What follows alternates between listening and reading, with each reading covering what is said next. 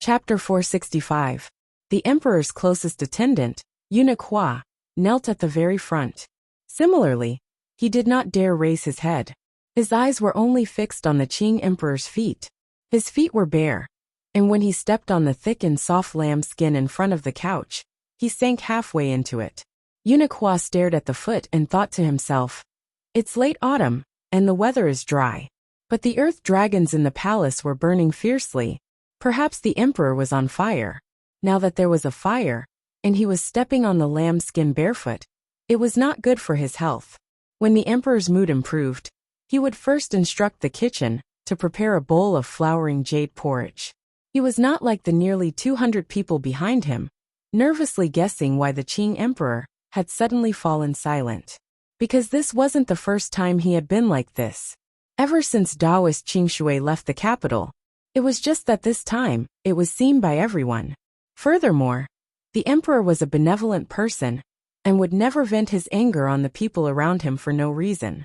But it seemed that because of this time, he suddenly seemed to be throwing a tantrum, almost scaring everyone to death. Kneeling beside the emperor was concubine Ming, who had served him last night. Concubine Ming's surname was Liu, and her ancestor was actually a distant relative of the emperor. The Qing emperor did not have many concubines. There were no more than 8 famous people, 1 empress, 1 imperial concubine, and 6 imperial concubines. Among the 8, concubine Ming was the only one favored by the emperor. Although she had not given birth to a child in the past 6 years, the emperor's favor had not decreased. Almost every 2 or 3 days, she would come to serve him in bed, and no one could steal her limelight. But in fact, concubine Ming was a gentle and obedient person who didn't speak much. She was inferior to the other 7 in terms of both knowledge and appearance. No one could understand why she was so favored. However, Eunuch Hua was aware of this. Concubine Ming knelt beside the emperor. Eunuch Hua raised his eyes slightly and could see the side of concubine Ming's face. At this moment, she did not have the time to dress up. Her beautiful black hair hung on the right side of her body. The left side of her neck and earlobes were all exposed to Eunuch Hua's gaze. Therefore, he could see a strand of curly hair behind concubine Ming's ear. It looked like a small hook. The people of Clearwater had them too. Another quarter of an hour passed. Then, the Qing emperor's hand finally moved. It had been resting on his lap with his head slightly lowered in deep thought. At this moment, he raised his right hand and picked up something from his knee. The emperor had moved. The others did not dare to look, but concubine Ming and Eunuch Hua did. They finally saw what it was. It was a white hair. The emperor's undergarments were white, and his white hair fell on his knees. Naturally, they couldn't see him clearly. Now that he saw this thing, he was stunned for a moment. Just because of this thing, he sat quietly for almost an hour. The Qing emperor twirled the white hair between his fingers and looked at it silently for a while. Suddenly he sighed gently. "I am old." The emperor was 35 years old this year. He was actually in the prime of his life. He also practiced some body-strengthening techniques passed down by immortals and ate well. A person in his mid-20s in the marketplace would only look like the Qing emperor. But everyone was afraid of getting old, especially the emperor. Now that he had finally seen the first strand of his hair turn white, he could only sigh with emotion. Hearing the Qing emperor's words, everyone let out a breath. So it was because of this. Eunuch Hua and concubine Ming planned to say something. Whether it was something like, "It's all because the emperor overworks himself. It's fine as long as he takes good care of himself."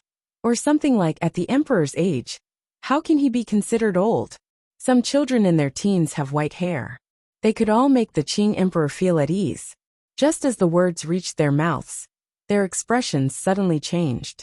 2 drops of tears suddenly fell from the Qing emperor's eyes. Since the first time the current emperor cried when he was born, no one had ever seen him cry. Even if the previous emperor died, Eunuch Hua only froze for a moment before he quickly waved his hand behind him. The people behind him understood and rose in succession, fearfully lowering their heads and bowing their backs. They quickly retreated out of the hall and closed the door. Concubine Ming was also stunned. She looked at Eunuch Hua as if asking for help. The old chamberlain thought for a moment, and also gave her a meaningful glance. Concubine Ming hesitated for a moment. Gritting her teeth, she tentatively placed her hand on the Qing Emperor's leg. The Qing Emperor didn't look at her, but 2 more drops of tears fell. I am already old. Concubine Ming withdrew her hand. She also rose and also slowly left the hall. Inside the room, there was only a master and a servant. After a dozen breaths, the Qing Emperor stood. He tossed aside his white hair and walked around the room with his hands behind his back. Then he faced the window with his back to Uniqua and asked, "Say, how much longer do you think I can live?" Normally, a chamberlain would say that the emperor would live for 1,000 years. Uniqua thought for a moment and also stood up. As he took out a large cloak, he walked behind the Qing Emperor and draped it over him. In a quiet voice he said, "Your Majesty is 35 this year. If there are no changes, you should have 30 more years. If heaven is watching, perhaps there are 40 or 50 more, but any more would not be the work of man." The Qing Emperor's tears fell again. However, his voice was as neutral and calm as usual. "I have all the rare treasures in the country, yet I can only watch myself grow old like a normal person. I cannot accept this." Uniqua was speechless. In reality, he knew why the emperor was crying. In the past he had also known, but he did not think it would reach such a stage. It was because of Qing Shui Man. Qing Shui Man had lived for many years. In the foreseeable future, she would live for many more years. But, when she left the capital, she told the emperor that she was going to do one thing, and would never see him again. Perhaps Qing Shui Man's one thing was truly just one thing for her, such as a normal person visiting friends and family, or taking the imperial examinations. She would be gone for months, a year. But for Taoist Qing Shui, 30 years, 40 years, 50 years, in fact could be considered as a snap of the fingers. But the emperor could not wait until then. Separation in life and death were both very cruel. But there was another thing that was even crueler. You could love someone with all your heart and life, but to her, you were just a fleeting passerby. He was silent. After a while he heard the emperor ask again, "Where is Fu Bonan?" Uniqua thought for a bit, and then said in a low voice, "Your Majesty, news came last night. Sir Fu has died in office." The Qing Emperor abruptly turned his head. His eyes were still wet, but his brows were tightly furrowed. "What did you say?" "Sir Fu was ordered by Your Majesty to investigate the matter of the Ghost Emperor," Uniqua said calmly in a low voice. "He had just arrived at our camp, when an immortal from the Kenzo also went. Without any explanation he wanted to kill Ding Min, Su Mao, and the other witnesses. He also killed Sir Fu earlier. After that, Li Yunqin appeared in the camp and fought a great battle with another Kenzo master, Jin Guangzi. The two of them were powerful and affected everything within a radius of several li. Not only did Sir Fu die in the line of duty, but thousands of soldiers in our camp also died. This matter has gradually spread throughout the Allied army.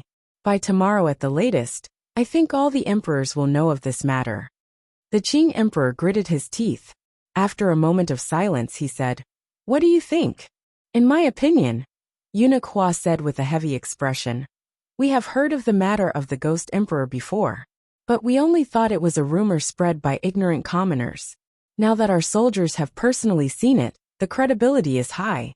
After that, an immortal from the Xianmen went to our camp to kill people. Your Majesty, right now, the Xianmen are in need of people. Unless something extraordinary happens, there is no reason for them to kill their allies. Yet they did so. It means they don't want this matter to spread. It also means it should be true." The Qing Emperor's breathing sped up slightly. He was silent for a moment and then said in a low voice, "You also believe it to be true?" He then took a deep breath. Li Yunqin. Li Yunqin again. What happened after that? What was the result of the battle between Li Yunqin and Jin Guangzi? Apparently Jin Guangzi was killed. Li Yunqin was taken to Yunshan. Good kill. The Qing Emperor snorted. This cultivator is too arrogant. The battle is imminent. He ran to my camp to kill people." His expression quickly dimmed again. It seemed to be because of the name Li Yunqin. The emperor knew about Li Yunqin. Before Taoist Qing Shui left, he had said he wanted to see how far Li Yunqin could go. It was also from then on that the emperor began to pay special attention to this person. Only now did he realize that this person was powerful to this extent. He dared to kill people outside the camps of Daotong and Kenzo. Wasn't Jin Guangzi a cultivator of the true realm? The emperor quickly let out a breath. He had once asked to see a cultivator at the pinnacle of the true realm but couldn't. What kind of existence was a cultivator of the true realm, and a sect leader? In the hearts of the people, she must be like a god. Li Yunqing killed her? The emperor tried to think of the magnificent and terrifying scene, but he couldn't think of it. Taoist Qingshui left for this young man. The emperor's heart clenched. He closed his eyes and let out a light breath. Eunuch Hua stayed silent with him. It wasn't until the sky outside the window gradually brightened that the Qing emperor opened his eyes again. How is Zhao Zheng? Zhao Zheng, the heavenly official of the Ministry of Personnel, could be considered a veteran of 2 dynasties. There had always been a rebellious saying in the Qing kingdom. It said that the world now belonged to the Zhao family. He was referring to the Zhao clan, which was led by Zhao Zheng and his subordinates. The group of civil officials formed by these people held the majority of the power in the court, and could almost stand up to the emperor. Eunuch Hua said, "Your servant has made the necessary arrangements." The number of officials who were dissatisfied with Zhao Zheng's domineering ways was actually more than one could imagine. In the past, it was only because His Majesty did not want to care about these things that he could only endure. Now that His Majesty wanted to make a move, everyone would naturally respond to his call. Zhao Zheng a clown. Your Majesty, give the order immediately. Tomorrow, this old servant will present his head to you. This will ensure the stability of the court. The Qing emperor thought for a moment and suddenly said, "Have the crown prince do this." Eunuch Hua was stunned. "Crown prince? Your Majesty, I am already 18, the Qing emperor said calmly. When I was 18, I was already handling government affairs for the previous emperor. Now it was time for him to train. If he did well, I can rest assured in handing this world to him. He is tolerant and honest. He will be a good emperor. At least, the Qing emperor sighed gently. He will not have another Taoist Qingshui by his side. Eunuch Hua thought through the Qing emperor's words and suddenly paused.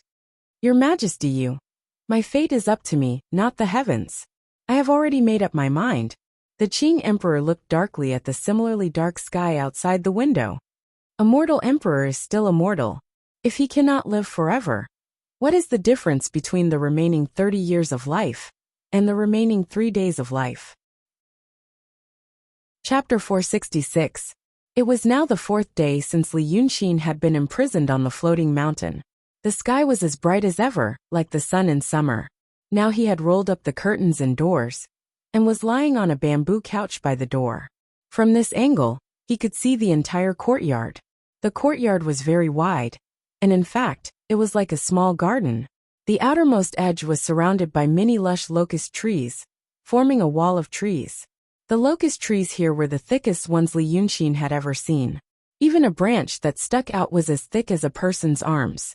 Today, the locust flowers were blooming out of season, and the fragrance of the flowers was strong and filled the air. Further inside was a large expanse of green grass, dotted with scattered stones. Li Yunqing liked this kind of scenery, and it seemed that the previous owner also liked it. But it was obviously not the aesthetic of this world. In fact, many gardens on the floating mountain were all about winding paths, hazy and reserved. Such a large expanse of unbridled green, such a strong and brilliant fragrance, were in fact not meant for humans. Further inside the grass was the flowing water. The water was clear and shallow, with pebbles, grass, and faintly discernible fish. This was something that the people of this world liked, and it was a beautiful combination here. Then further inside was the wooden platform outside the study. If Li Yunqing could walk out, it would be best to set the bamboo couch on the wooden platform. But now Li Yunqing's mind was not on these scenery. He was lying down idly, but he had nothing to do. In fact, he wanted to do a lot of things, but he couldn't go out. So he thought, what the hell is Black Bai Yanjun up to? He had another purpose in coming to the cloudy mountain. That was if one day he really reached a desperate situation, and his life was really over, what would Black Bai Yanjun do? Li Yunqing also wanted to figure out another problem. That was, whether the two of them suddenly went into seclusion on purpose, but were still observing in secret, or whether they really had no choice but to ignore the affairs of the living world. The difference between the two was huge, and it would have a huge impact on many of the things he would do next. He had to get to the bottom of this problem before he could come up with other ideas. Before he went to Evil King's Pitfall Mountain, he had always thought that Black Bai Yanjun might just be helping him out for fun, and he had the attitude of let's see how far I can go. But after that time, Bai Yanjun brought him to a forbidden room in the dark Azura Hall. They also said some strange things, as if they were saying that Li Yunxin was the person they had chosen, and there had been such a person before. From this point on, Li Yunxin knew that he was not a chess piece that could be abandoned at any time to Black Bai Yanjun. But now, it had been a long time since he had seen them. In the past, whenever Li Yunxin was in danger, Bai Yanjun would appear. They would either provide some information or make some requests. But this time, regardless of whether it was Li Yunxin being struck by lightning at Mount Jun, being surrounded in Changji town, going to Hatred's palace, going to the Qing army's camp, and now being imprisoned by a fake saint, Bai Yanjun had never appeared again. If they had felt that the situation was not dangerous before, and that Li Yunxin had left some leeway, then what about this time? Perhaps this meant that the first possibility had been erased. Black Bai Yanjun was not actively avoiding the world. They had a compelling reason for being unable to come to this world. Perhaps it was a hasty judgment to make such a judgment based on the fact that Li Yunxin was about to die, but they did not show themselves. But at least one thing was certain. This time, he truly had to rely on himself. He had placed himself in an extremely dangerous situation, and finally confirmed this conclusion. Thus, Li Yunxin sighed and closed his eyes again. He had nothing else to do these days, so he could only do one thing: cultivation. He had never been so focused on cultivation without any distractions. Although he had handed over many of his belongings, with his genius mind, he had already memorized most of the contents when he was flipping through those books. Now, he used the memories in his heart to organize the many scattered pieces, and could cultivate for a period of time. Although he still lacked many things, it was no longer the situation of building castles in the air in the past. Now he was laying the foundation. Although this foundation could not be completely laid in a short time, the rest could be added later. Actually, it would be good if he could obtain the martial methods in the hands of the painting Taoist priests on Yunshan that Su Xing spoke of. Thinking of this, he opened his eyes slightly. Sunlight seeped in, and for a moment his vision became a bit dizzy.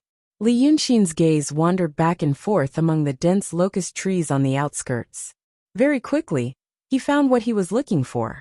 It was a ribbon hanging from one corner. The owner of the ribbon should be hiding among the leaves and flowers on the slanting branches.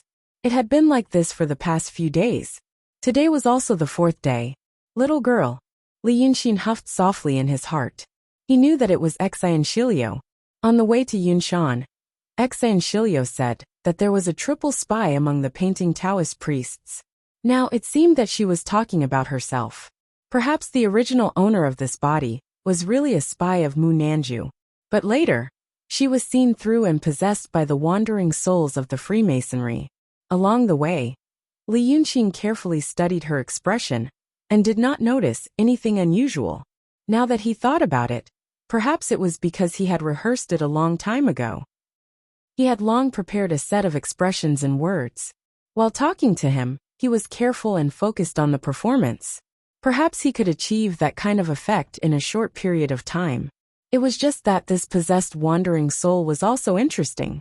Most of the wandering souls that Li Yunxin had seen in the past had lived for a long time, and were crazy. However, Su Yusong, Zhuomuja, and Xian Shilio were very normal. If Xian Shilio was a wandering soul, what kind of wandering soul was she? She had actually been captured by Li Yunxin. For days ago, her heart was hurt again. She wanted to stab him with a sword, but there was nothing she could do, so she ran away crying. However, from the next day onwards, she hid in the tree and watched Li Yunxin's movements from afar.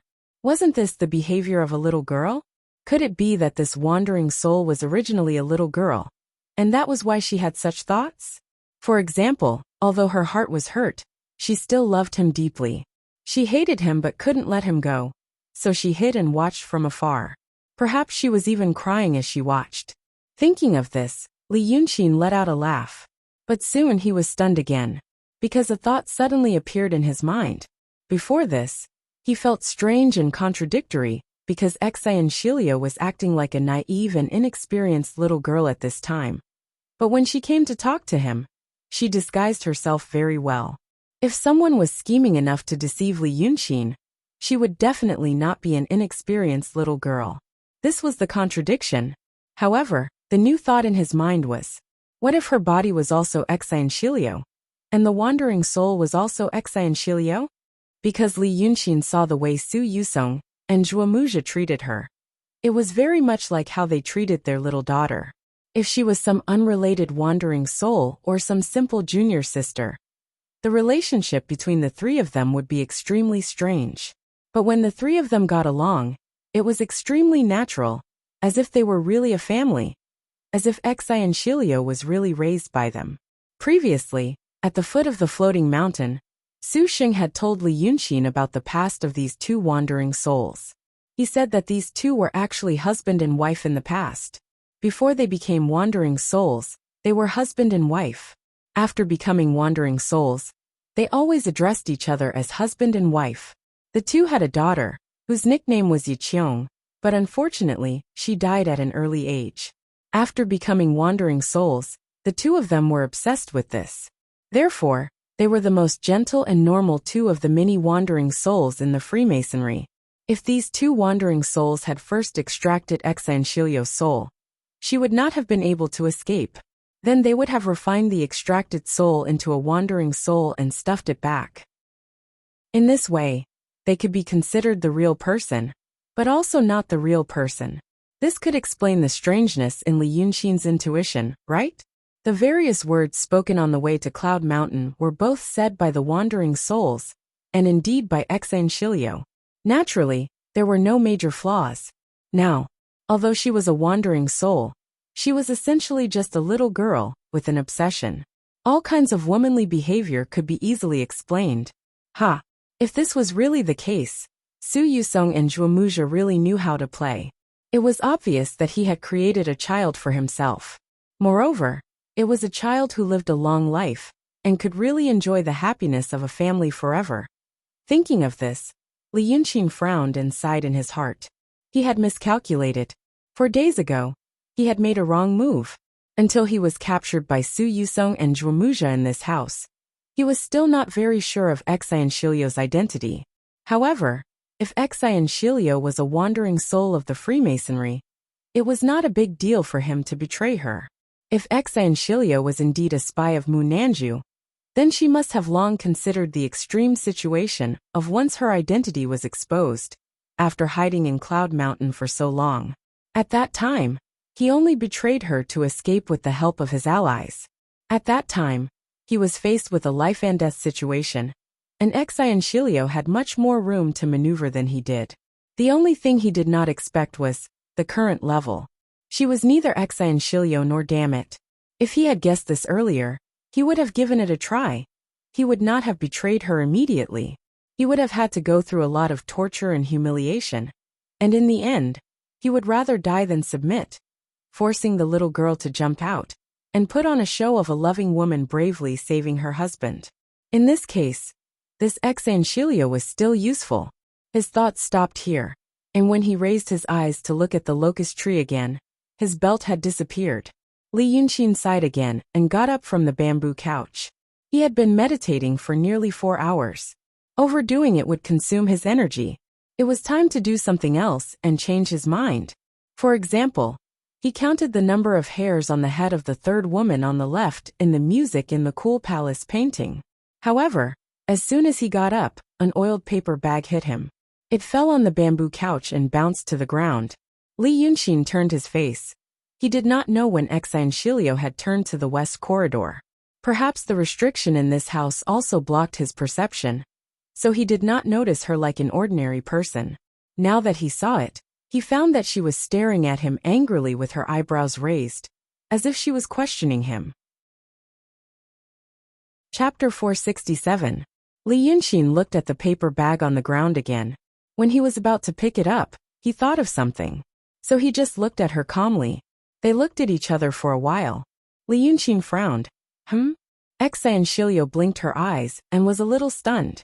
Because she didn't expect that Li Yunxin would have such an attitude.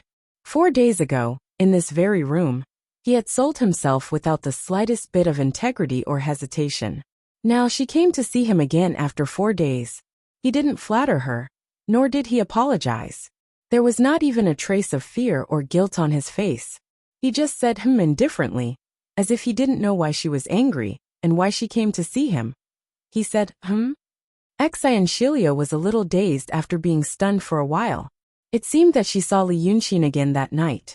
He told her some old things in a low voice, and hid the sadness in his heart with a faint smile on his face. That was the person she wanted. Now he seemed to have become that person again. This thought turned around in her mind, and then she came to her senses. At this time, she saw Li Yunxin turned around, and was about to walk into the room. He seemed to be impatient because she didn't talk. Xian Shilio frowned again when she saw his indifferent attitude. She stared at him. Li Yunxin. Li Yunxin turned around again and said again. Xian Shilio bit her lips and breathed twice angrily, as if she had swallowed all the words of reprimand and complaints. Finally she just said, "Why don't you see what's inside?"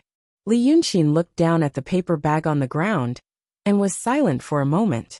Xian Shilio didn't know why, but she was also worried. She didn't feel relieved until Li Yunxin really turned around, walked 2 steps back, and bent down to pick up the paper bag.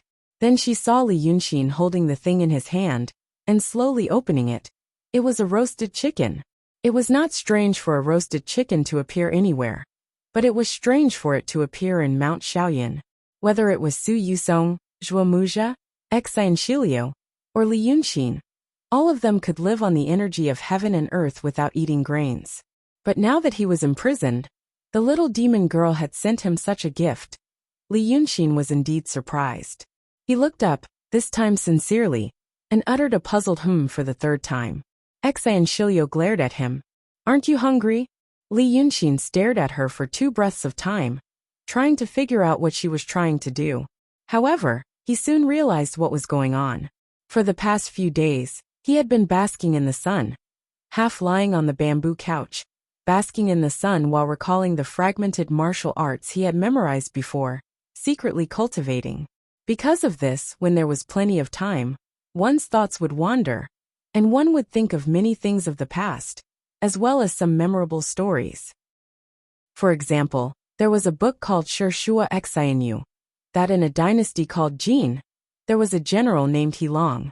When the weather was sunny, people would take out their own books to dry to prevent mold and insects. But he would also lie in the sun with his clothes open. When people asked him what he was doing, he would say that he was also drying books, the books hidden in his stomach. Didn't he look very similar to him now? Those books with words and pictures were taken away, but the contents were hidden in his stomach. Now that he thought about it slowly under the sun, it was a different approach to achieve the same result. Thinking of this, he couldn't help but touch his belly. It was just an unconscious movement. For a few days he would think of this story and do the same thing. Xian Shilio probably noticed this. 4 days ago, she was so angry and wrong that she wanted to kill someone. But after 4 days, her anger gradually subsided. She was overwhelmed with sadness. She wanted to find an opportunity to tell herself that her sadness was groundless, and that Li Yunxin might have his own difficulties. This behavior was similar to many infatuated people in the secular world. She first deceived herself in despair, and then gave herself to others to be deceived. Her heart softened in the end. She thought of Li Yunxin.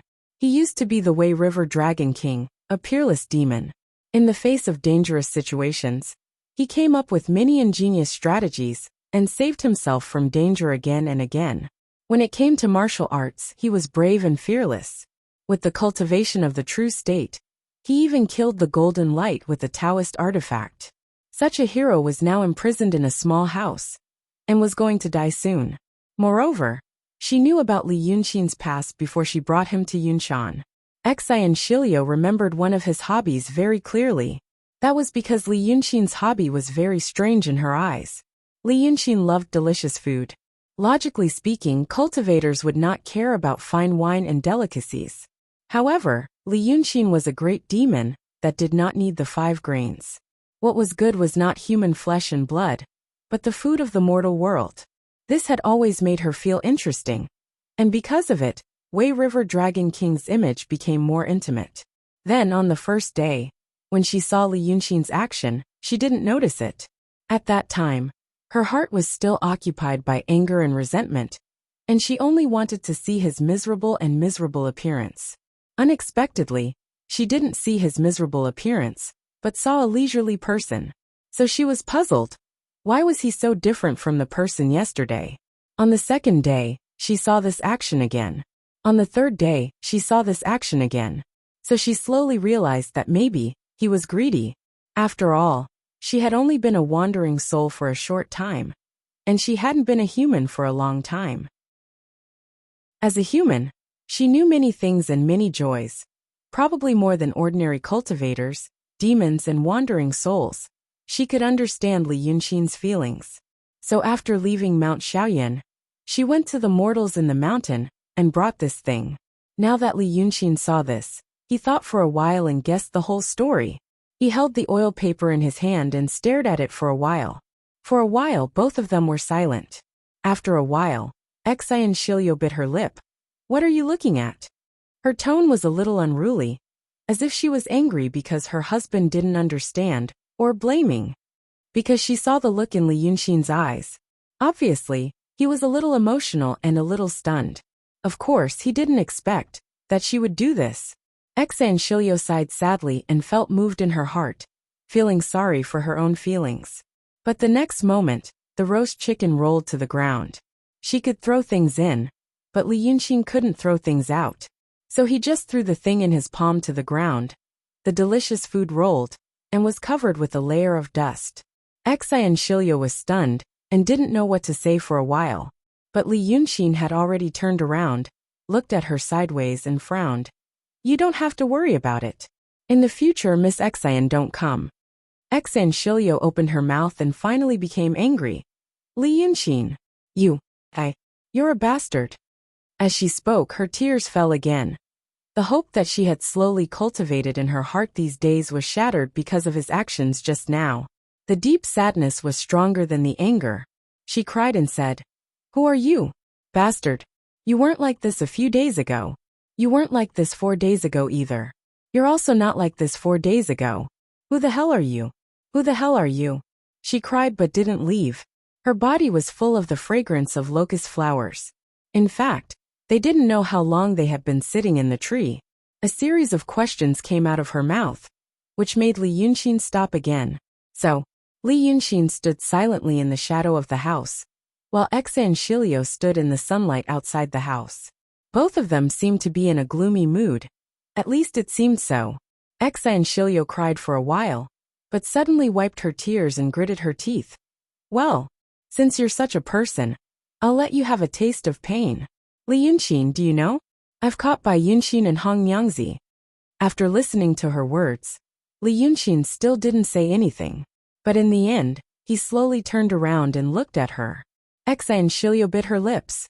She wiped away the tears on her face with her palm and said, "You see, I'll destroy Bai Yunxin's cultivation and make her my mount. Hong Nyangzi, I'll beat her back to her original form and steam her for you. Let's see if you can still be embarrassed." She stopped crying after saying this. She just stared at Li Yunxin with her red eyes. After more than 10 breaths, Li Yunxin suddenly sighed. "Don't be silly." The little demon girl was stunned again. She hadn't expected Li Yunxin's reaction today, including this time. He was still not angry, nor was he timid. Instead, he said such a sentence, and his tone was very helpless. After sighing, Li Yunxin took 2 steps forward. He was only 2 steps away from Xian Shilio, but there was an insurmountable barrier between them. "I'll assume that what you said is true," he said in a low voice, with no expression on his face. "You really caught them. But it's also something that those 2 sent people to do for you. But they've been caught and brought to Yunshan. Is it something that you can deal with?" Exai Shilio gritted her teeth. Of course. Senior brother promised me. Li Yunxin shook his head gently. I guess you asked your senior brother and sister to catch them, because you want to vent your anger. But it's unlikely that they agreed just because you're unhappy. Exai Shilio, you should know who Bai Yunxin's adoptive father is, and what's on Hong Yangzi's body. Compared to the Golden Rock King, I'm just a small figure. But they still spent a lot of effort to deal with me. As for the Golden Rock King, do they not care? And the reason why they did what you wanted is not because they spoil you unconditionally, but because they also want Bai Yunxin and Hong Yangzi. As for why they want Bai Yunxin, I can't say. But as for why they want Hong Yangzi, I guess it's because of the dragon soul in her body. It's just that this time you happened to mention it, so I let you do it. Li Yunxin spoke at a steady pace, but his breath was coherent. Every sentence he said was something that Exai Shilio had never thought of. So she wanted to interrupt and refute, but she couldn't find a chance. Now that he said this, he paused again. Looking at the stunned Exai Shilio, he sighed again. It's just that the parents of the royal family don't have unconditional love. Not to mention that your senior brother and sister have such a status and identity. Shilio.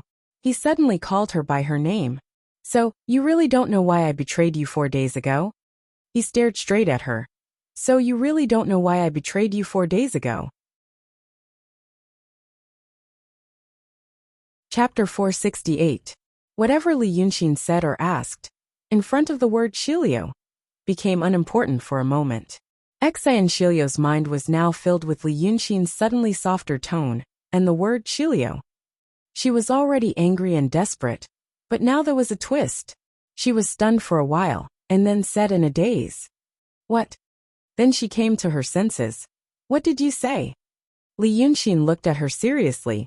People like Su Yusong and Zhuomuja won't spoil you unconditionally. They can tolerate you for many things.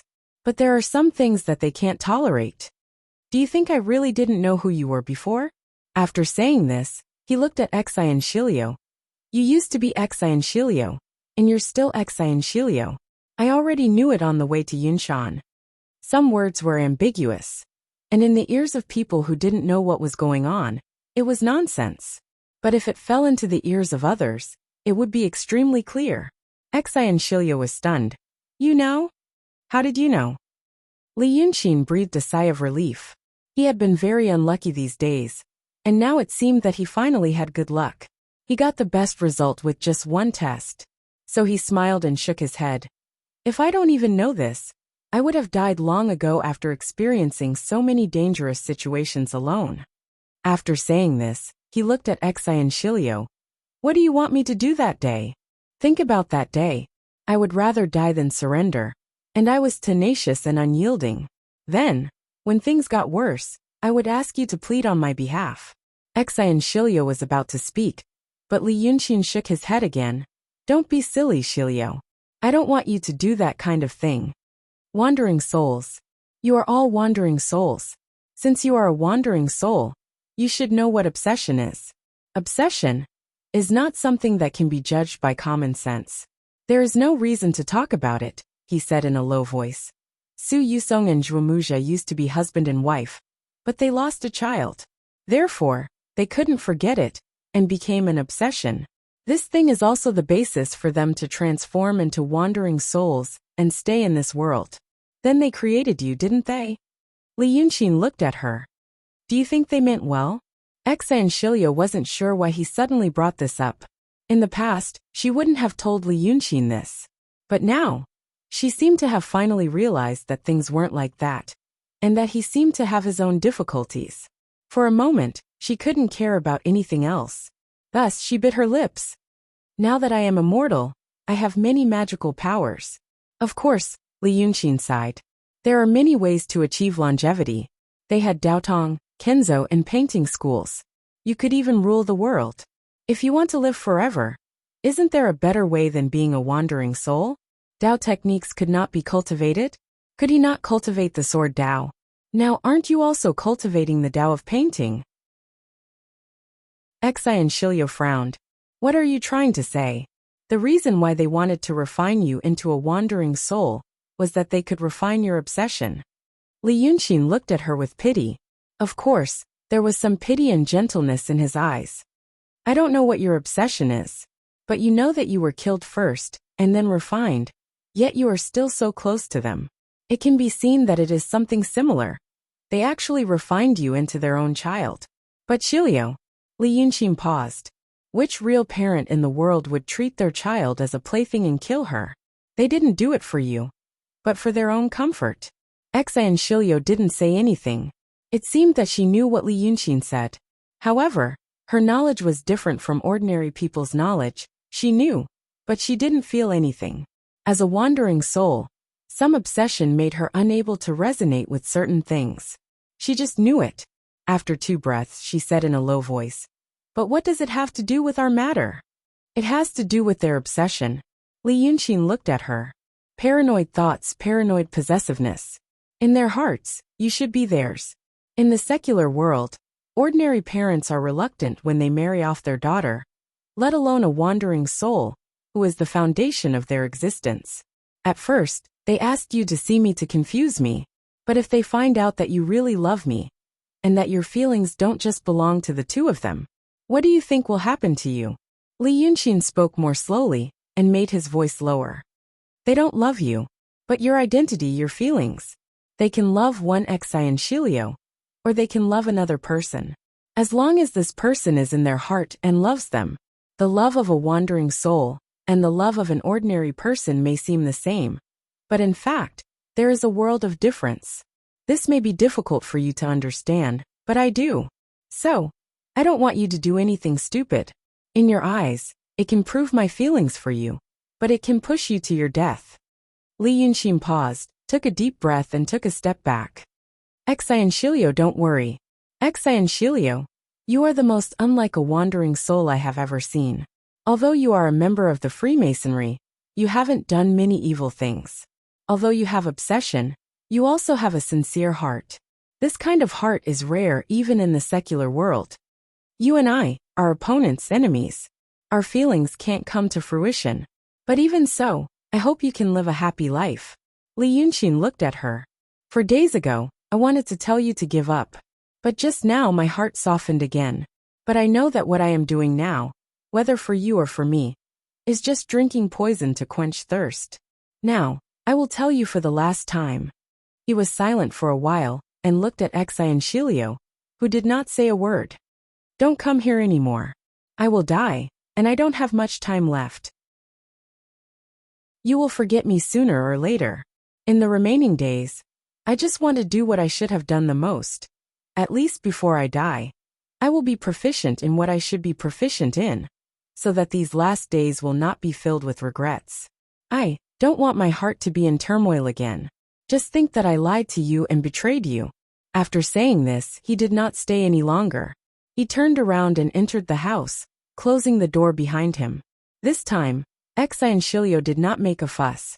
She stood there in a daze, only staring at the door, only tears flowed silently. Although you have obsession, you also have a sincere heart. I will die, and I don't have much time left. These last days will not be filled with regrets. Xi and Shiliu stood in front of the house for a quarter of an hour, repeating these heartless and sad words many times in her heart. Finally, she turned around and slowly walked away. It was not until Xi and Shiliu disappeared behind the wall of locust trees that Li Yunxin slowly opened the door and walked out. It looked like he wanted to go out for some fresh air. He finally stopped beside the bamboo couch and looked down at the ground. The roasted chicken covered in dust was still lying on the ground.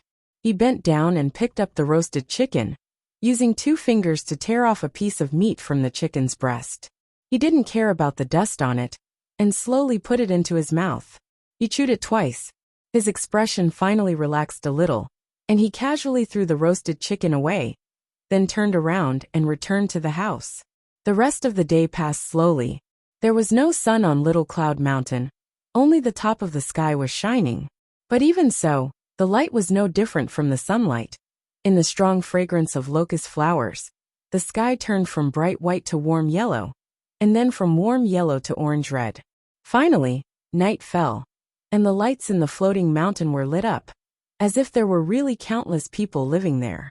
The fourth day and night of Li Yunxin's imprisonment passed like this. Other than the chirping of insects and birds, there were no other disturbances.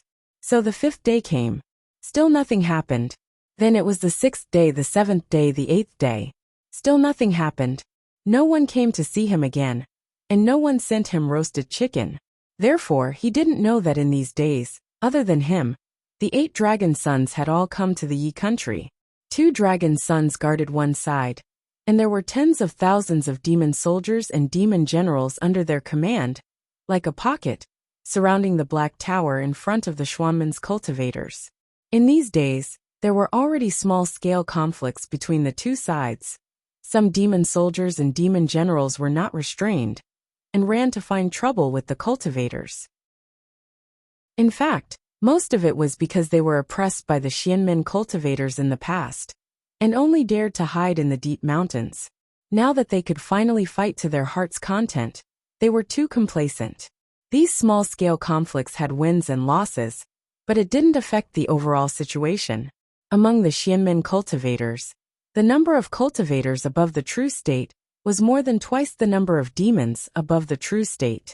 Although the number of low-level cultivators was only 1/3 of the low-level demon soldiers and demon generals, there was no need to be afraid. The outcome of the war was ultimately decided by the high-level combat power. Humans and demons below the transcendent state couldn't even fly. Even if they had to squeeze out hundreds of thousands or millions of people on the ground, what could they do? Therefore, it seemed that the war situation was extremely advantageous to the Xianmen cultivators. They had many high-level cultivators, and they were well-disciplined. Their minds were more flexible than demons, and there was no reason for them to lose. Until on the 9th day, 2 news came. The first news was not noticed by people, and only spread in the Allied camp. In fact, at this time, the number of people in the Allied camp was gradually decreasing. Perhaps it was because the Qing soldiers were slaughtered by the cultivators for no reason, or because the emperors of the various countries had other plans. The Allied army of the various countries was retreating bit by bit, each with their own excuses. However, the cultivators didn't care much. After all, these mortals' mission was completed. A considerable amount of red soil and other resources were transported to the vicinity of Tongtian Swamp. If they left, then so be it. Staying here wouldn't be of any help, and might even be a hindrance. Therefore, this news was known by very few cultivators, and only mortals were interested. That was, there had been a great change in the official circles of the Qing kingdom. It was said that the Qing heavenly official Zhao Zheng of the Ministry of Officials had been beheaded for 10 unpardonable crimes. The Zhao clan within the Qing kingdom had also been executed. However, there were still some branches in other countries, so the Qing court had sent out documents to the neighboring countries, asking them to extradite the criminals to the Qing kingdom. As for how the other countries would react, it was not immediately clear. In the end, the Zhao clan within the Qing kingdom had already lost all hope of survival. There was no possibility of them rising again. Once the Zhao clan fell, a large number of their old students were also taken care of. It was said that everyone in the capital of the Qing kingdom felt insecure. Some officials had only heard the sound of horse hooves passing by their front door, and were so frightened that they committed suicide. However, they were not the ones being taken. What was most surprising was that the person in charge of this purge was not the Qing emperor. Rather, it was the 18-year-old crown prince of the Qing kingdom. Thus, people realized that this should mean that the crown prince's power and position were gradually stabilizing, and that he had already won the Qing emperor's trust. However, there were still people who were worried. The crown prince had full authority to handle this kind of matter. It was almost the same as handing all the vacancies to the crown prince. The new officials would all be his trusted aides. Thus, the power that had previously been taken away by the group of civil officials did not reach the Qing emperor's hands. Instead, it was taken by the crown prince. In the history of the various countries, this kind of situation was not a good thing. The crown prince's power was too great, so coups would occasionally happen. The Qing emperor's present actions were truly dangerous. However, the second piece of news that followed not only stunned those people who were worried about this, but it also startled the cultivators. It was said that it startled Yunshan and the two saints. On the 9th night the Qing emperor died. The Qing emperor's soul was not restrained by Yanjun. A true Daotong realm cultivator stationed in the capital had not arrived in time.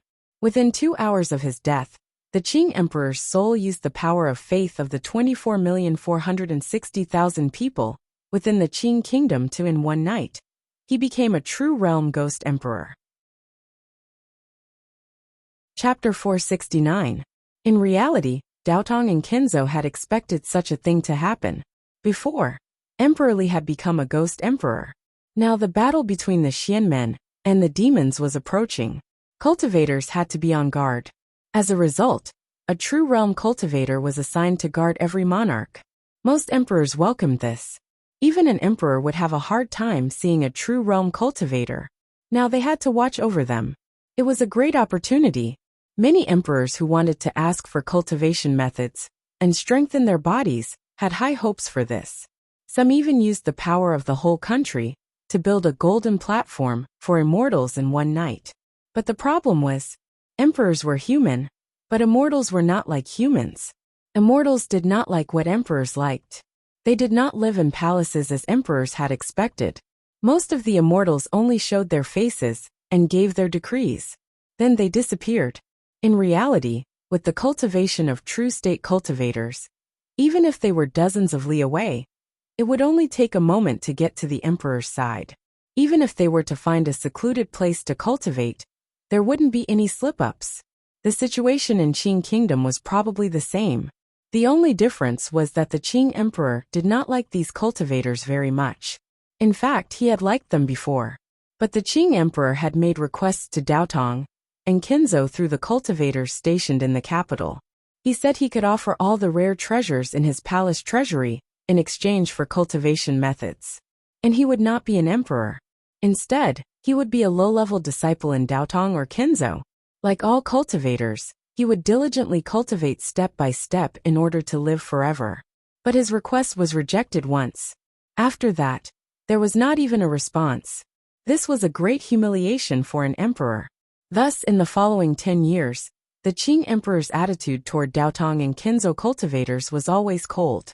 This time, the cultivators stationed in Qing Kingdom's capital knew this.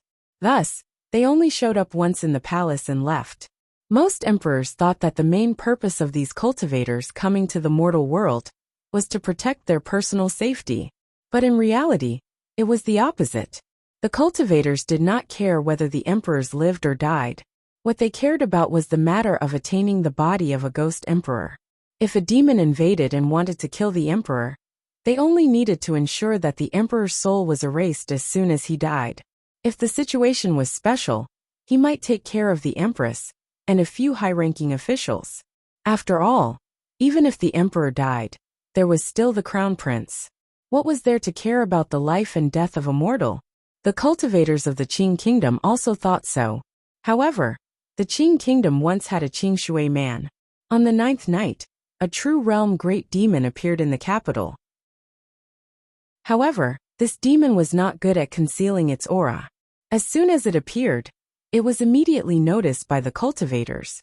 The situation that the cultivators had expected had happened. The demons would also send out great demons to assassinate the emperors of the various countries and create a ghost emperor. Thus, he immediately gave chase and began to fight in the clouds high up in the sky. The demon was no match for it and fled far away. However, the cultivators did not pursue him. However, an hour later, the demon came again. The two sides fought again, and the demon was still defeated. Thus, in the first half of the night, the demons had attacked 6 times. By the 7th time, the cultivators were slightly angered and chased a little further. When they were 100 li away from the capital, they suddenly sensed that the Qing emperor's life had been cut off. He was immediately shocked, afraid that he had fallen for the demon's plan to lure him away. However, just as he was about to rush back to collect the Qing emperor's soul, the true realm great demon made a scene and refused to let him go. Since it was so, he could only do his best to kill. 2 hours later, he finally killed the true realm great demon and returned to the capital. However, it was already too late. The Qing emperor had become a ghost emperor and had long disappeared. When he asked the palace servants beside him, he found out that he had not been killed by a demon. Instead, he had committed suicide. This kind of situation was not unanticipated. However, the problem was, ever since the Xianmen had been passed down until now, the Qing emperor was the first emperor to commit suicide. The emperor had the most powerful power in the secular world. This kind of power was enough to provide them with even more powerful support, allowing them to face the heart demons that many mortals might have, and not walk down the path of ruin themselves. Furthermore, for tens of thousands of years, the Xianmen cultivators had repeatedly explained one thing to the mortal emperors. There was a great difference between ghosts and humans. When people were alive, they had 7 emotions and 6 desires, and their minds were clear. When people died, their souls were damaged. The so-called ghost soul was nothing more than an incomplete soul. The reason why people were people and were themselves was because they had their own memories, personalities, and even bodies. However, if they became a ghost, their memories were incomplete, their personalities changed, and their bodies no longer existed. They no longer liked the things they liked as a human, and no longer hated the things they hated as a human. What did this have to do with themselves? Profound cultivators might be able to retain their own characteristics to a certain extent, but it was absolutely impossible for mortals.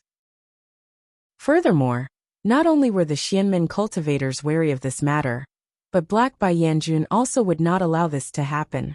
In reality, in the lives of the emperors, they would at least once personally witness the miraculous methods of the Xianmen cultivators. That was after ascending the throne. After ascending the throne, cultivators would appear. They would explain to the mortal emperors some things that only a very small number of people knew and show evidence. For example, evidence of the existence of Sunluo Hall, Black Bai Yanjun, and evidence of the existence of celestials. Some of these evidence might be real, and some might be fake. But for the mortal emperors, it was already ironclad evidence. From this, they knew that there were gods above the sky, and that there were retribution in the netherworld. Therefore, in the tens of thousands of years, the mortal emperors of the Midland might have been stupid and incompetent, but almost none of them were cruel and tyrannical, because they knew that there was a powerful force in the world that was beyond their understanding, watching everything at all times. Therefore, until the night of the 9th day, the Xianmen cultivators still thought that the possibility of an emperor suddenly committing suicide at this critical moment was very small. They did not expect that the Qing emperor would be the first. Then they realized that they had made a mistake. The reason for this mistake was related to the Xuanmen's policy toward the mortal world for tens of thousands of years. However, at this time, many factors overlapped and finally led to a big disaster. They dealt with the ghost emperor excessively crudely. After learning that someone in the Qing army had personally seen the ghost emperor and spread the news in the allied camp, the Xuanmen's response was to send a low-level cultivator from the Five Swords sect, Dao Qizi, to the Qing army camp to deal with the matter. Dao Qizi's way of dealing with the matter was indeed the Xuanmen's style. He killed Ding Min and the others, and then killed everyone who talked about the matter. Although this way of dealing with the matter could not seal the secret of the ghost emperor, it could minimize the impact. As for whether or not the other emperors would know of this matter, and how they would react if they did, no one thought that they would have the courage to openly rebel against the Xianmen. Who would have thought that before this matter could be accomplished, Dao Qizi himself would be killed? Dao Qizi was killed, the golden light rushed over, fought with Li Yunxin, and affected a large number of mortal soldiers. In addition, Li Yunxin's encouraging words when he killed Dao Qizi not only did not forcefully suppress the matter of the ghost emperor, but it quickly spread like wildfire. In the mortal world, there were many people born with keen eyes. They had long discovered that there had been more and more wandering ghosts in the world recently. They were afraid that something had happened to Sunluo Temple. All kinds of factors mixed together. Finally, the matter of the Qing emperor happened. The death of the Qing emperor was only the beginning. In this year 2 emperors had died. One was the Li emperor, who had achieved the mysterious realm of the ghost emperor's body. He had crippled 5 Xianmen high cultivators that previous emperors only dared to worship. Next was the Qing emperor, who had achieved the true realm of the ghost emperor's body. Although he did not start a killing spree, the true realm Xianmen cultivators could do nothing. The success rate was almost 100%. In the past, the Xianmen cultivators first warned the emperors that being a ghost was different from being a human. Then they warned them that Black Bai Yanjun would collect souls. However, the cultivators had overlooked the difference between immortals and mortals. When immortals cultivated, the most important thing was one's self and one's heart. Emperors. As emperors, although they had great power, how many things could they really do according to their own will? Secular farmers could even have affairs in the fields, but emperors still had to pay attention to their daily lives when they were having sex. To them, things like oneself and one's conscience became insignificant in the face of factors like absolute power, further authority, and eternal existence.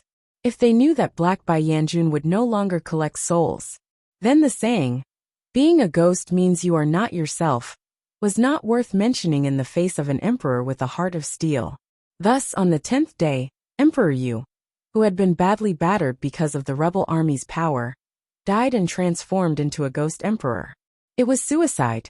At noon on the 10th day, Rong's army attacked the capital of Yu Kingdom. Yu Kingdom fell. At the same time, Yi Emperor died and also committed suicide. But at this time, the cultivators of the Mystic Gate were already on guard. Although there were demons pestering Yi Di when he passed away, the front line of the Mystic Gate was still within the borders of the Yi Kingdom. A profound realm cultivator rushed over to kill the true realm demon, and the true realm cultivator rushed to the palace in time to scatter Yi Di's soul. But things were already out of control. On the 10th night, another 5 emperors died. 4 of them committed suicide, and their souls were scattered. One of them was about to commit suicide, and was destroyed in body and soul by a cultivator. Although there was a lesson from last time, the Xianmen cultivators could not change their attitude toward secular people. A cultivator killed an emperor in the palace. This matter caused a stir in the world. Some emperors began to announce the expulsion of Xianmen cultivators within their borders. Although others watched with cold eyes, they already felt the cold in their hearts. Xianmen, who had protected the secular world for more than 50,000 years, seemed to have lost the hearts of the people in just a few days. And one of the initiators of all this was still imprisoned on the floating mountain. It was already the 10th day. Chapter 470. Li Yunqin was still sitting on the bamboo couch. It was getting dark outside, and the night was coming. The locust flowers at the edge of the courtyard had withered, and the green grass was covered in white. However, the fragrance was still there, but it became soft. Usually, he would get up and go back to the house after an hour. But today he decided to wait a little longer. He had fixed the things in his mind in the past 10 days. Now, he had to wait for something new. But it didn't come. The 5th or 6th day should have come. Thinking of this, he even raised his hand and touched his face in confusion. What went wrong? He had spent enough effort and done enough work that day. There was no reason. Suddenly he heard footsteps. His heart skipped a beat, and he turned to look. But it wasn't Shilio, but a young man. His appearance had changed, but his temperament hadn't. Li Yunqin squinted his eyes and realized that this person should be Su Yusong.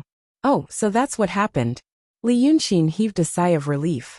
He was finally relieved, but he was also disappointed. At this time, the lights in the house were also turned on, and the sky was finally completely dark. Warm yellow light shone from the window, casting warm spots of light on the wooden platform, the grass, and the bay outside. In fact, it looked very leisurely and comfortable. Tonight, Su Yusong was dressed like a young man in his mid-20s. He looked dignified, calm, and steady, and gave off a feeling of majestic grandeur. Su Yusong walked 4 or 5 steps away from Li Yunqin and stopped. He stared at him for a while, as if he was thinking about something. Since he was here and Shilio was not, it probably meant that Li Yunqin's plan had failed. Therefore, he was too lazy to get up. He just lay down rudely and responded to Su Yusong's gaze. After about half an hour, Su Yusong suddenly said, "Why do you have a demon seed?" Li Yunqin frowned. What? He didn't expect the other party to ask this question. It was the first time he heard the word demon seed. Oh, you haven't heard of it. Demonic seed. Su Yusong nodded and paced on the ground. Then I'll ask you another question. How can you use your supernatural power in Mount Shaoyan? Many thoughts flashed through Li Yunqin's mind. He realized that Su Yusong was probably talking about something he thought he knew, but in reality he didn't. Su Yusong asked him how he could use his divine sense in Mount Shaoyan. Su Sheng told him that the origin of the cultivation method of the art of painting was different from that of Daotong and Kenzo. Therefore his divine sense could still be used.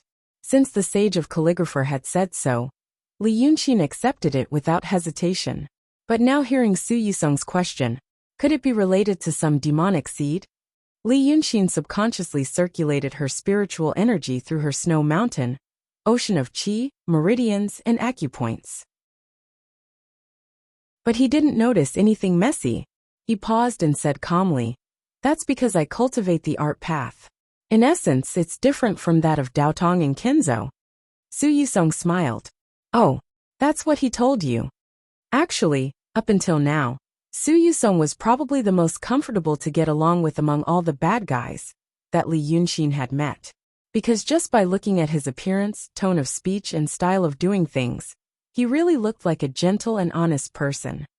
He wasn't as ruthless and cruel as other demons, nor was he as evil and strange as other wandering souls. Compared to the cultivators of Xianmen, he was more human. But it was this person who had instigated a series of troublesome things. And now he smiled and said this as if he was chatting, then added, "Actually, he doesn't know either. The origin of the painting path cultivation method that he told you about was mostly what Chen Zhao told him 1,000 years ago.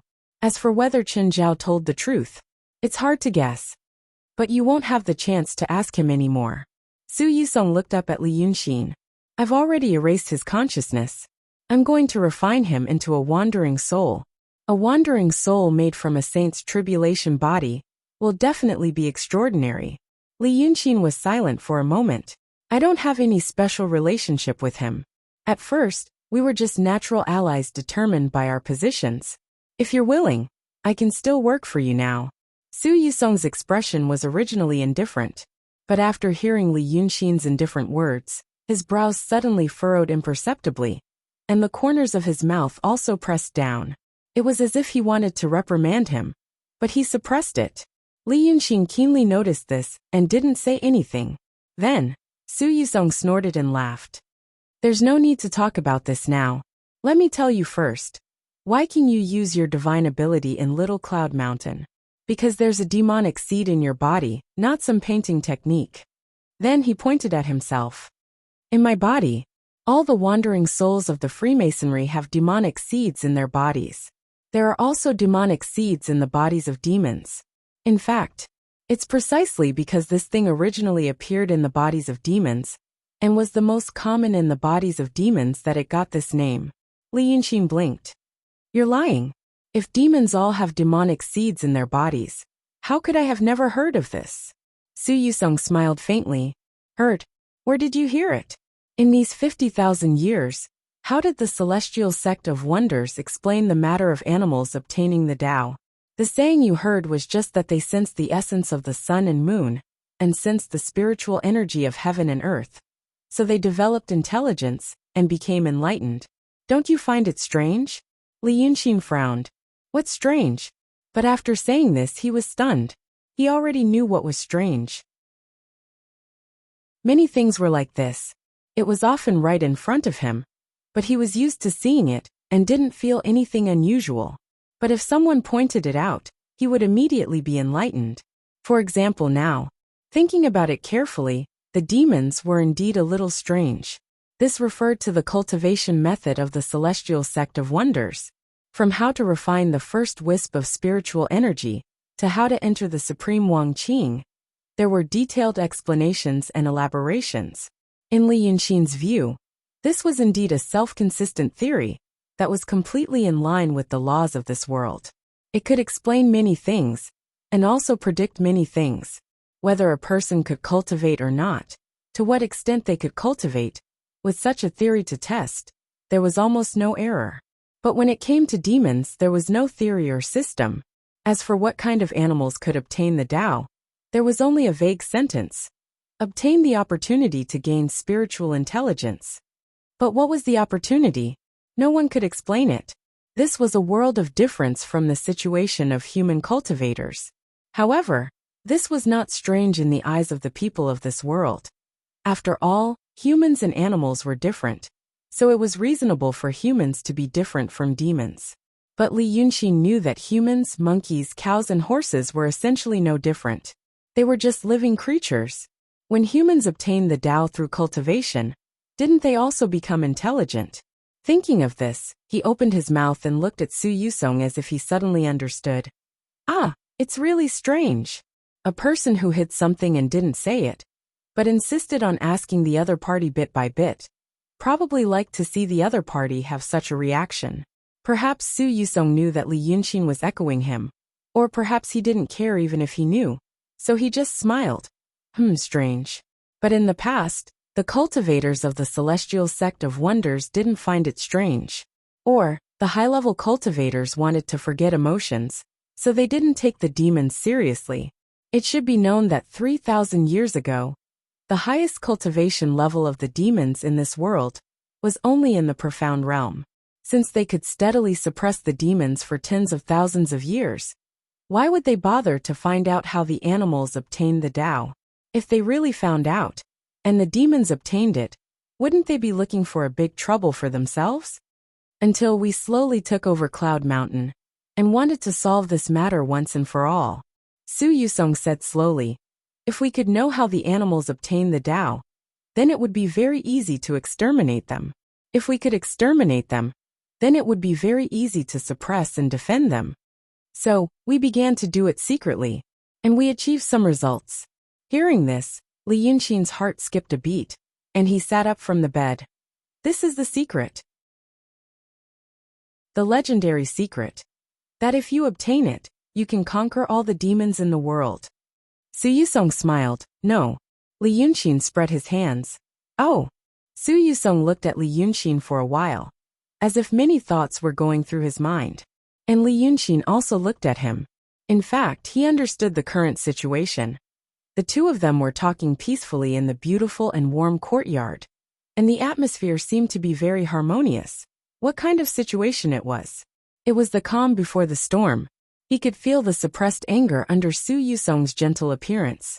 Because it was too strong, Su Yusong could be extremely angry, but calm.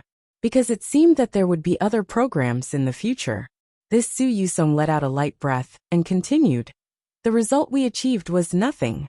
Originally, I thought it would be very simple, following the cultivation method of the Xianmen, finding similar principles and rules, and testing it on the demons. But no matter how we tried, we never succeeded. At that time, it was 5,000 years ago. The experiment lasted for nearly 1,000 years. At that time, we still didn't have control over the saints, and could only rely on the masters of the heavenly caves and the sect masters to slowly advance these things. So many people's intelligence and wisdom, but there were no results for 1,000 years. So, we decided to use a more stupid method. Su Yusong stretched out a finger and pointed to the ground, heaven-reaching swamp. This place 5,000 years ago was a high mountain. The mountain was steep, and the main peak was especially majestic. Many years ago, the main peak was hollowed out and used to anchor the Cloud Mountain. So, we added a restriction on the top of the main peak, and set up a huge cage. This cage could contain several large cities in the secular world, and could accommodate hundreds of thousands of people. We also set up mountains, rivers, weather, rain and snow inside, and had specialized cultivators look after it. Then, we put 1 million birds and beasts inside. Chapter 471. Since we can't deduce anything, we've decided to observe some principles, to find out what can be achieved, and why we can achieve Tao. Then 500 years passed like this. Su Yusong took a deep breath. The spiritual energy on the main peak was rich, and those animals were much stronger than those in other places. But they were only strong. In 500 years, They reproduced from generation to generation, and there were indeed 4 demons among them. But there was nothing special about those 4 demons. They didn't have more or stronger spiritual energy than other places, just because the spiritual energy here was rich. From this, it can be seen that the spiritual energy of heaven and earth had a great impact on whether the demons could achieve Tao or not. So, in the next 500 years, cultivators were sent to preach to them. However, after 500 years, only 5 fiendish demons had appeared. From this, it can be seen that opportunities and the like have no impact on the demons achieving Tao. After the demons gained spiritual intelligence, listening to the preaching was beneficial, but if their spiritual intelligence was not developed, it was useless no matter how they preached. So we abandoned this place. We removed the prohibition spell and didn't care about it anymore. Because we thought of a new direction. Why not look at those demons who had achieved Tao and see what they had in common? Su Yusong lowered his head and smiled, shaking his head. I should have thought of this earlier. After a thorough investigation, I was able to find something. The spiritual intelligence of these demons who achieved Tao seemed to come out of nowhere. It wasn't born little by little, but one day, it suddenly became clear and enlightened. And the little bit of clarity in their spiritual platform seemed to be some kind of supernatural power rules. And because of this little bit of clarity, the demons could enjoy the worship of the human world and be fine, but human cultivators couldn't. Since it was found in the bodies of the demons, we called it the demon seed. Until today, we still haven't found out where the demon seed came from, and why it only exists in the bodies of the demons. Su Yusong said this, looking at Li Yunxin. Now that you are a demon, you should also have that little bit of clarity. It's just that the demon seed has already merged with you, so you can't feel it. The so-called demon seed was a new concept for Li Yunxin. This matter, if even he didn't know about it, then not many people in the world would know about it. He frowned and thought for a while. He looked up at Su Yusong and said, "But you, the master of calligraphy, and the master of art can all use their supernatural powers here.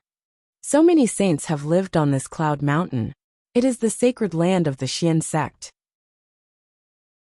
Naturally, there would be a lot of arrangements. It had been passed down from generation to generation, and restrictive formations were everywhere. Whether it was him or me, we were only able to use our divine abilities because of the ubiquitous restrictions. But even so, most of the formations can no longer be used, and only a few are still in use. He thought that I couldn't control his body as I pleased, so I wouldn't be able to use those formations. Even though I haven't cultivated the 6 desires tribulation body, I still have other tricks up my sleeves. It's okay to use it once in a while." Su Yusong looked at Li Yunxin. "But Art Saint can use divine powers, not because of restrictions or arrays. Just like you, she has a demonic seed in her body.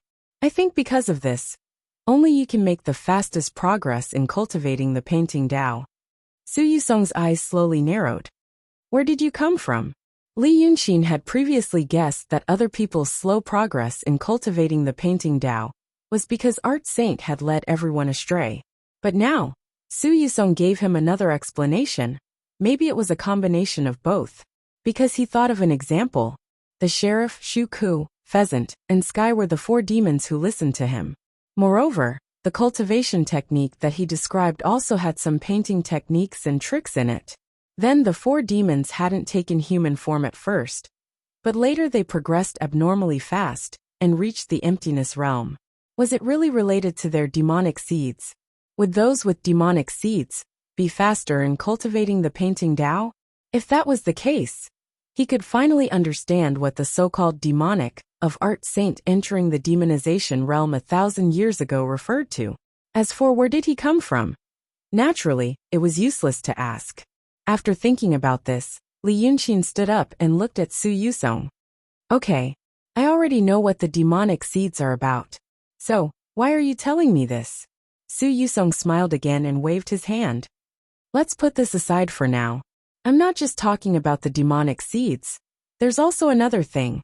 I said that the main peak that used to be the cage was abandoned. Do you know what happened later that led to today's Tongtian swamp?" He narrowed his eyes before and smiled now. These two movements fell into Li Yunxin's eyes, and he knew that the gentler he looked at this time, the angrier he was in his heart. It seemed that he was finally going to get to the point. So he also took a deep breath. "I'm all ears." Su Yusong looked at him with a smile and said softly, "That place was abandoned 4,000 years ago, and after that, no one cared about it. The Cloud Mountain fell once every 500 years, and it only passed once. Then 3,000 years ago, the Cloud Mountain fell again, but it found that there was a rock demon there. As for the real body, it was one of the many golden feathered rocks that were placed inside 2,000 years ago. This demon had originally gained spiritual intelligence 2,000 years ago, but it was lucky to fool people. So it first cultivated in this place with rich spiritual power for 500 years, and its cultivation was already quite profound. So it concealed itself. In the remaining 500 years, it listened to the Xianmen cultivators preach. It actually became the first demon to cultivate the heavenly heart technique. Its progress was even faster. You have to know that there are actually quite a lot of demons who have gained spiritual intelligence. But the reason why there are so few demons is because they kill each other. And this rock demon had no natural enemies in the cage, but it was not only nourished by spiritual power, but also cultivated the technique. 2,000 years. Su Yusong sighed softly.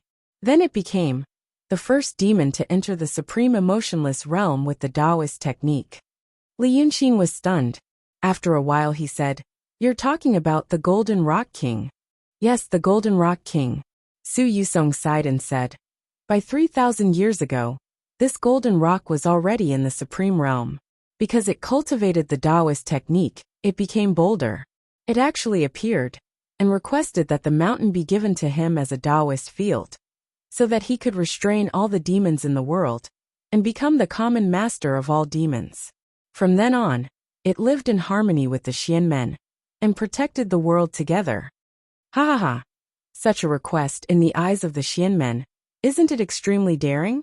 Moreover, it was also the first great demon to enter the supreme realm. No one wanted it to stay in the world. So there was a huge battle. After that battle, the mountain disappeared, but the Tongtian swamp appeared. The Xianmen lost many people, and the rock demon also escaped. In the end, the Xianmen no longer mentioned the matter of killing the rock demon, and the rock demon also didn't mention the common master of the world. Both of them suffered losses, and were temporarily unable to do anything to each other. But there was a tacit agreement, on the basis that the rock demon didn't reveal the heavenly heart technique to the demons. Hearing this, Li Yunxin took a deep breath. Previously, when he was in the Hatred Palace, he had heard Bai Yunxin talk about the past of her adoptive father being sealed, the appearance of Shinryu 2,000 years ago. So, at that time, the three sages instigated a dispute between Shinryu and the Rock King, and helped Shinryu seal the Golden Rock. Now that he heard this from Su Yusong, he understood why it wasn't the Shinryu that was sealed. It was because the Rock King knew about the heavenly heart technique. The Xianmen had long wanted to get rid of him, but the problem was still, why was he telling him this? Su Yusong saw his expression and smiled again. Now the Golden Rock's adoptive daughter is in my hands. Red Madam is also in my hands now. You should know that Red Lady has half of the dragon soul in her body. You should also know how the Golden Rock was sealed back then. Li Yunxin let out a light breath. Su Yusong, you're finally getting to the point. With these two things, I can find the place where the Golden Rock is sealed and release him. Once the Golden Rock is released, it will definitely seek trouble with Shinryu.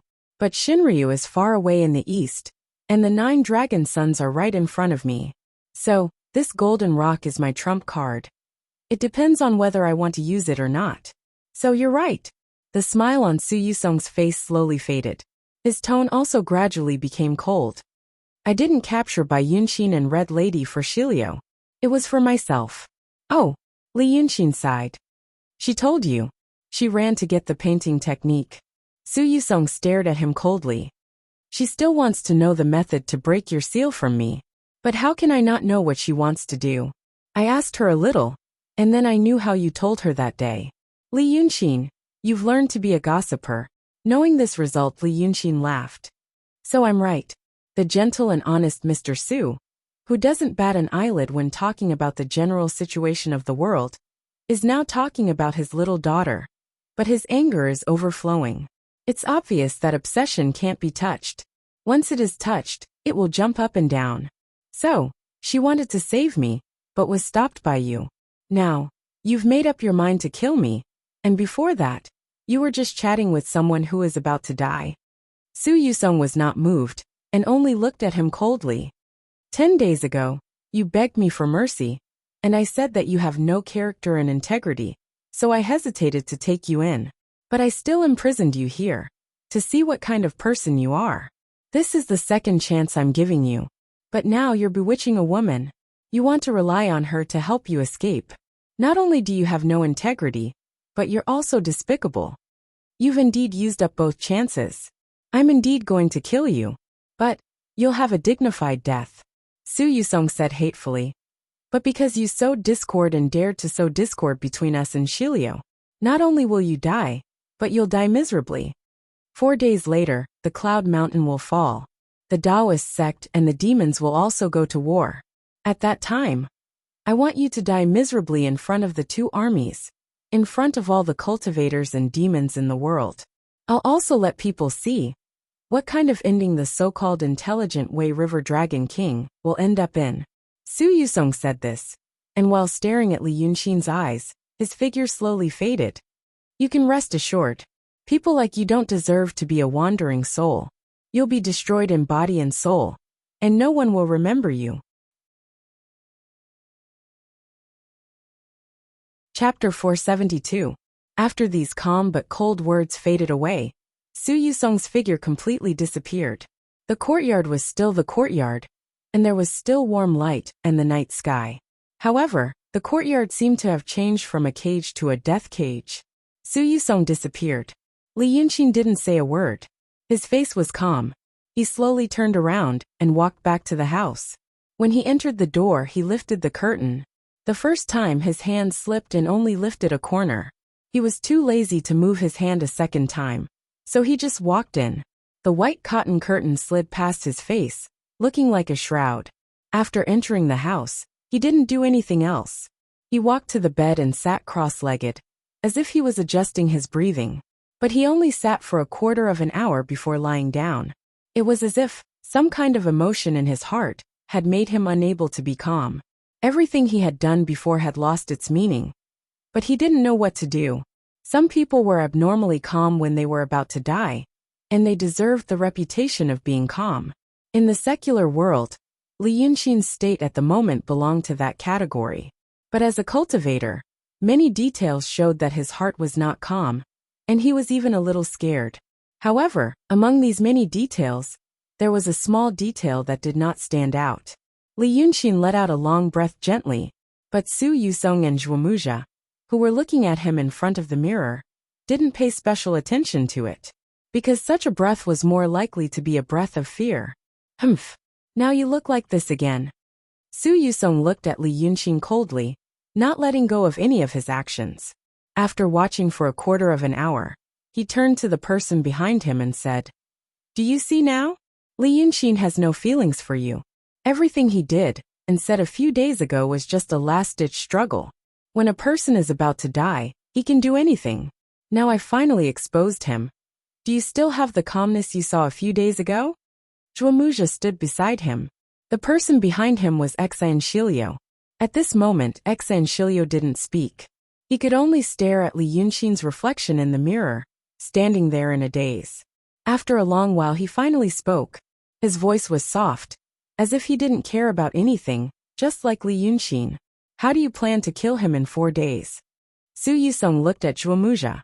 Naturally, first humiliate, then kill. This Li Yunxin, who knew how many places he had left as a backup plan. If he was killed silently on Mount Cloudy today, according to the impression many people had of him in the past, they would think that maybe he is not dead, but is just waiting for an opportunity to make a comeback. Those people and those things aren't worth our time and energy wasting. Therefore, this method was to let everyone know that he was completely dead. What wisdom, scheming. It was just a case of being too smart for one's own good. The tree fell. The monkeys scattered. That way, I won't have anything to worry about. Shilio bit her lip when she heard his words. She said in a low voice.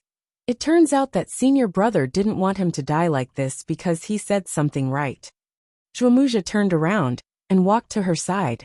He raised his hand to tidy her hair, slightly lowered his head, and looked at her seriously. Since you know that everything Li Yunxin said before was to survive, how could you not know that he was just being alarmist? Was he exaggerating? Senior brother and sister wanted you to be a wandering soul not because of anything else. But the cultivation method of the cultivators of the Xianmen, to cultivate people into monsters like demons. What if you don't go through the tribulation? You will become like your senior brother Qing Liangchang. Also crazy. So, they asked you to be a wandering soul, but not to cultivate anything else, only the way of painting. Look at you now. Zhuomuja gently pinched her sharp chin. Beautiful and smart, happy and sad at the same time. Aren't you the most ordinary and the most extraordinary little girl? If it were someone else, why would senior brother and sister spend so much effort? Shilio blinked her eyes. Then, after saying this twice, she said, Then, what about the people of Mu Nanju? Won't they come to save Li Yunxin? Zhuomuja said a series of doting words, but Shilio suddenly asked about Mu Nanju. This female sword saint looked at him and seemed to be somewhat disappointed. She glanced at Su Yusong and sighed lightly. Mu Nanju. Don't you know what Mu Nanju is like? Su Yusong thought for a moment and said in a low voice. When he mentioned the three words Mu Nanju, his expression became slightly solemn. Youth. Back then, you could be considered to have infiltrated into the core of our organization, but you could only send messages through a single line of communication with the people there. Until now, the person with the highest rank that we know is only the head manager of the branch. What have we been afraid of all these years? We were not afraid of them coming out, but afraid that they would not come out. We first infiltrated into the cultivators of the Xianmen and the demons. But they first infiltrated into the hundreds of millions of common people in the world. Until a few years ago, when we roughly controlled the Xianmen, when we wanted to control the world, we realized that among the people of the world, it was already their power, and it was very difficult to interfere. That's smart. Su Yusong snorted lowly. Even if our history is shorter than the Xianmen, it can still be considered to have existed for an eternity. But that Mu Nanju has only appeared in the world for 1,000 or 2,000 years. Now it has already caused us to be afraid. It is because they Li Yunxin walked the same path, did not challenge cultivators and demons, and instead buried many foreshadowing in the secular world. Mortals are useless. But if there are hundreds of millions of mortals, it is also a rather terrifying power. The master of Mu Nanju is mysterious and unfathomable. Even now, I only have this name. It can be assumed that he took a fancy to Li Yunxin, because their style of doing things is extremely similar. This time killing Li Yunxin is precisely to kill him slowly. If the people of Mu Nanju really came to save him, I would be more than happy. Now that we are infiltrating the secular world, they are also infiltrating the cultivators. We can also take this opportunity to dig out all the forces that have yet to gain a firm foothold on Mount Yunshan. At that time, Shilio, you don't need to be a spy anymore, and you don't need to live a secretive life anymore. Don't tell me you're not happy. Shilio was silent for a while, then said sullenly, I'm happy. After saying this, she thought for a while and said, I'm leaving. After saying this, she turned around and left. Zhuomuja called out, Where are you going? Su Yusong pulled her. Let her be. Everything will be fine in a few days. After saying this, he also flicked his sleeve, brushing away the mirror that was observing Li Yunxin. Then he also walked away. I'm going to the back. Zhuomuja knew that the back he was talking about was the place where the sage of calligraphy was imprisoned. Thus he sighed softly. In the end, I told you to capture him. But the other one, I don't know where he went. Back then their souls were beaten out of their bodies by us. It clearly looked like they went together. But all these years, I only saw him move around. There's no news of the other one. Do you think There will be any changes? The other one she was talking about was naturally the female sword saint who was originally called Wuxia. Hearing her words, Su Yusong's footsteps slowed down. After thinking for a while, he comforted her. I know you're worried now. You're worried about the situation after 4 days. But I've already gone to the elder's place in the afternoon, and they've already agreed. Wuxia was stunned. Agreed to let us leave the mountain? Su Yusong laughed. How can there be such a good thing? After saying this, he paused, and the smile on his face gradually disappeared. He sighed softly, putting his hands behind his back. He paced a few steps in this wide and spacious hall, and said with emotion, sigh. Thinking about it, these 1,000 years, it's really humph. The elders are all celestials who descended into the world. Humph. Celestials. They are omnipotent in the sky, and have never placed us mortals in their eyes. But when they came to the world, their abilities were limited, and they were even more afraid of death than us mortals. They always hid behind the scenes and never showed themselves. The two of us obtained these 2 bodies and became sages. Thus, the 2 of us were also listed as elders. Hey, you and I both know it. First, it's because we've been dealing with the affairs of the human world these years, and our power has gradually grown. The wandering souls have also grown up. The 2 of us are no longer insignificant pawns in the eyes of the elders.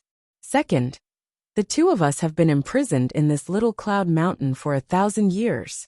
I'm afraid the elders are worried that once we go out, we won't be restrained anymore. He seemed to have said these words many times in the past.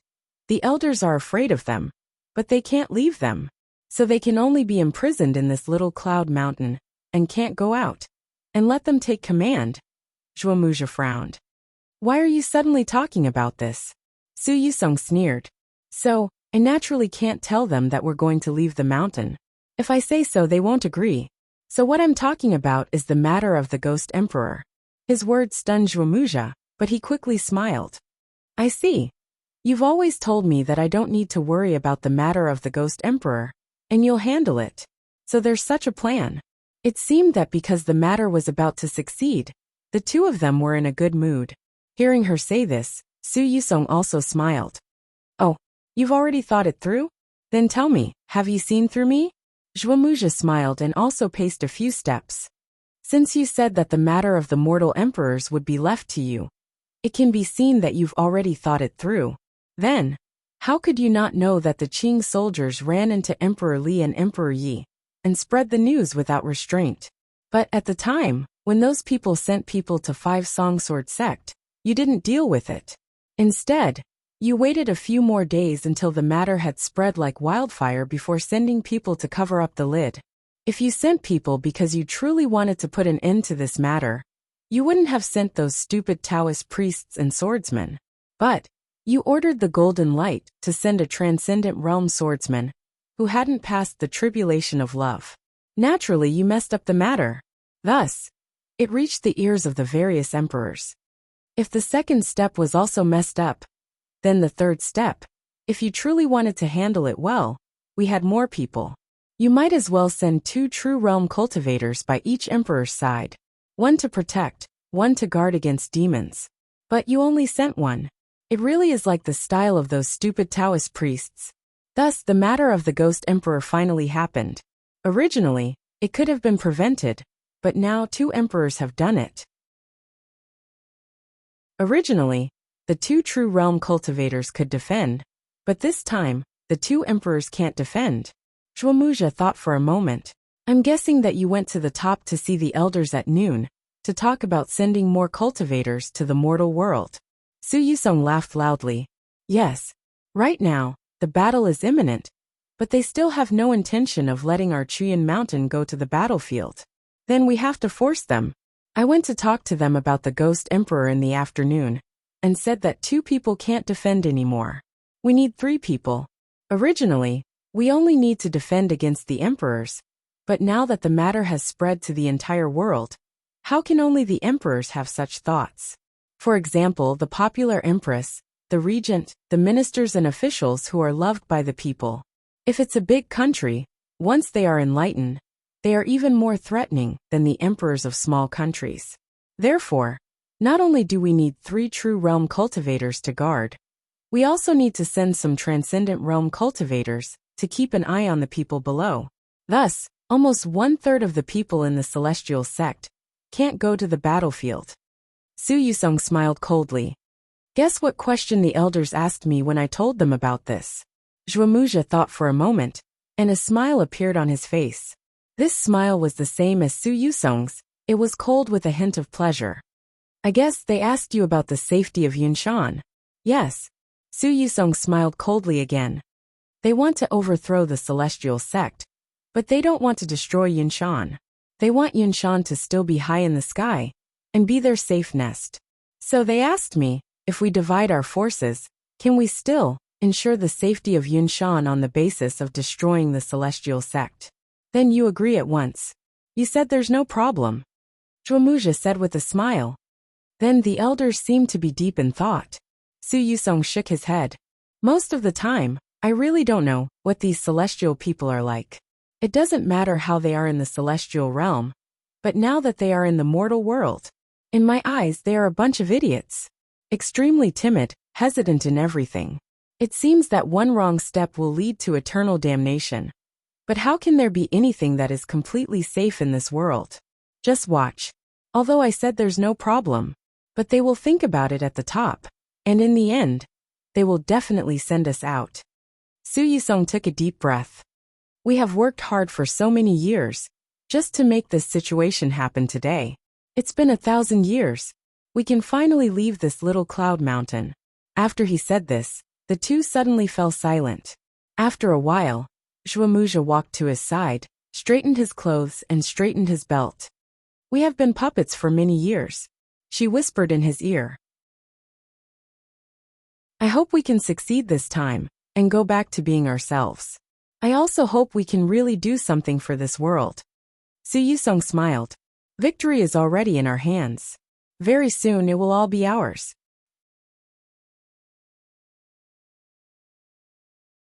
Chapter 473. The 11th Day. Wildland Forest, Fireleaf Mountain. This mountain was very close to the border between Qingyi and Qingyi. Originally, the mountain was covered with red maple trees. In autumn, it would turn red, hence the name Fireleaf. But since a while ago, the maple leaves became fire leaves, the mountain became bare. That fire was not a normal fire. Not only were the trees destroyed, even the roots and seeds hidden underground were burned. Now that the fire was extinguished, the mountain was still bare and black. Only a few strange rocks were scattered on the mountaintop. Grandmother Bean and Lu Ling were standing next to these strange rocks. Counting carefully, there were actually 5 of them. Although the shapes were not regular, they were all long, huge rocks. 4 of them were arranged vertically together, and one was slightly slanted to the side. Among the 4 vertical rocks, the second one from the right was especially long, twice as long as the other 3. The rocks seemed to have been cut out, and this arrangement was also intentional. Seeing this, Grandmother Bean knew that she had finally found it. After searching for more than 10 days, she had broken the 35 major acupoints that Li Yunxin had placed in the vast wildland forest. This last one was hidden the most, and it took her 4 days and 4 nights to cover a radius of more than 10 li. Now that she had found it, Grandmother Bean slowly walked around it under the morning sun, reaching out her hand to touch it, and carefully felt the flow of spiritual power. Only after an hour did he finally stop and let out a sigh of relief. That's right. She reached out her hand and rubbed her forehead. After a moment of silence, she said emotionally, "This Li Yunxin is also a genius." She had said this more than once. Almost every time she broke an acupoint formation, she would say this with emotion. According to her, not to mention the fact that these acupoints were able to guide the flow of spiritual power between them across hundreds of thousands of miles in such an exquisite manner. Just the other point alone. Many of the techniques he used didn't seem to be proper painting methods, but were discovered by him through trial and error, was enough to show that if he had enough time and opportunity, he would definitely become a great master in this field. But what she didn't know was that Li Yunxin was not willing to explore. That was because he really had nothing to learn. After all, the tactical array set up in the city of Wei was a small one. He had previous experiences to follow. However, other than the art saint, no one had ever tried such a huge array a second time. Quantitative change led to qualitative change. Many previous experiences and principles were no longer applicable, so he could only boldly try it himself. And the reason why Dopa was so emotional this time was because, while she was breaking Li Yunqin's formation, she was also learning many things that she had never imagined before. It was to the extent that he knew that this was the last one, and his heart was filled with regret. Actually, if she wanted more, she would be able to comprehend more. Thus, when facing this formation, Grandmother Bean didn't act rashly as usual. Instead, he studied it carefully, and then he frowned slightly. This was because he felt that the way these 5 stones were arranged seemed a little special and familiar. It seemed to be a finger seal. She confirmed it over and over again, before she tried to pinch it with her hands. It was a gesture she had never seen before. The finger technique was to clench a fist. Then he stuck out his middle finger. These 5 huge rocks were indeed arranged in such a manner. She was a little confused. She thought about it seriously for another 15 minutes, but still couldn't find anything. But this wasn't the first time this happened. Up until now, she had seen a total of 7 formations that she didn't understand, including this one. It was the 8th. One, 2 short and 1 long, was arranged like a comb with a handle and 2 teeth. Another also consisted of 3 long stones, 1 lying flat, the other 2 placed vertically at either end of it. Still another 3 stones, arranged in a similar manner to the second one. However, the second opening was facing the sky, and the third opening was facing the right. The last one looked like the word big, but it was also facing the right. Needless to say, there were some that looked like the word yeah, and some that looked like the word mouth. But Grandmother Bean didn't think that these arrangements were indeed unknown. She thought that there must be something special about them, but she couldn't see Li Yunqin and explore them with her own eyes. This was also a big regret, but still she had to do something. She held her breath and focused, and circulated the spiritual energy in her body, intending to destroy this last formation. At this point, all the spiritual energy in the big formation had gathered in this formation. Once it was destroyed, the terrifying spiritual energy would surge out and cause unimaginable damage. So she needed to carefully guide the 2 of them to be safe. A quarter of an hour later, Grandmother Bean shouted in a low voice and fiercely struck the boulder with her palm. This palm was actually a restriction. First, he restricted the flow of energy in the formation, and the spiritual energy would naturally become chaotic. Once the spiritual energy was disturbed, the formation would collapse on its own. At that time, this area of several dozen miles would become a hell of fire, and the land that had been burned by the wildfire would welcome a second baptism of fire. But this time, the soil and rocks would become molten magma. She struck the huge rock. The huge rock shattered. Cracks like a spider web spread all over the rock, and in just a breath's time, it turned into stone chips. The rock was destroyed. She immediately felt that there was a problem with the spiritual energy in the formation. 2 breaths later, a low buzzing sound came from the surrounding ground. Small pieces of gravel and dust rose up, as if a giant beast was breaking out of the ground. Grandmother Bean immediately took a step back, shielding Lu Ling behind her, and made a few hand seals, casting a golden restriction. She could have run away immediately, but she really wanted to see what would happen after such a rare big formation was destroyed. If she missed this chance, she probably wouldn't be able to see it a second time in her life. But nothing happened. The shaking from the ground continued for a while. Then it calmed down. The flying gravel and dust fell back to the ground, and the spiritual energy in the formation also dissipated.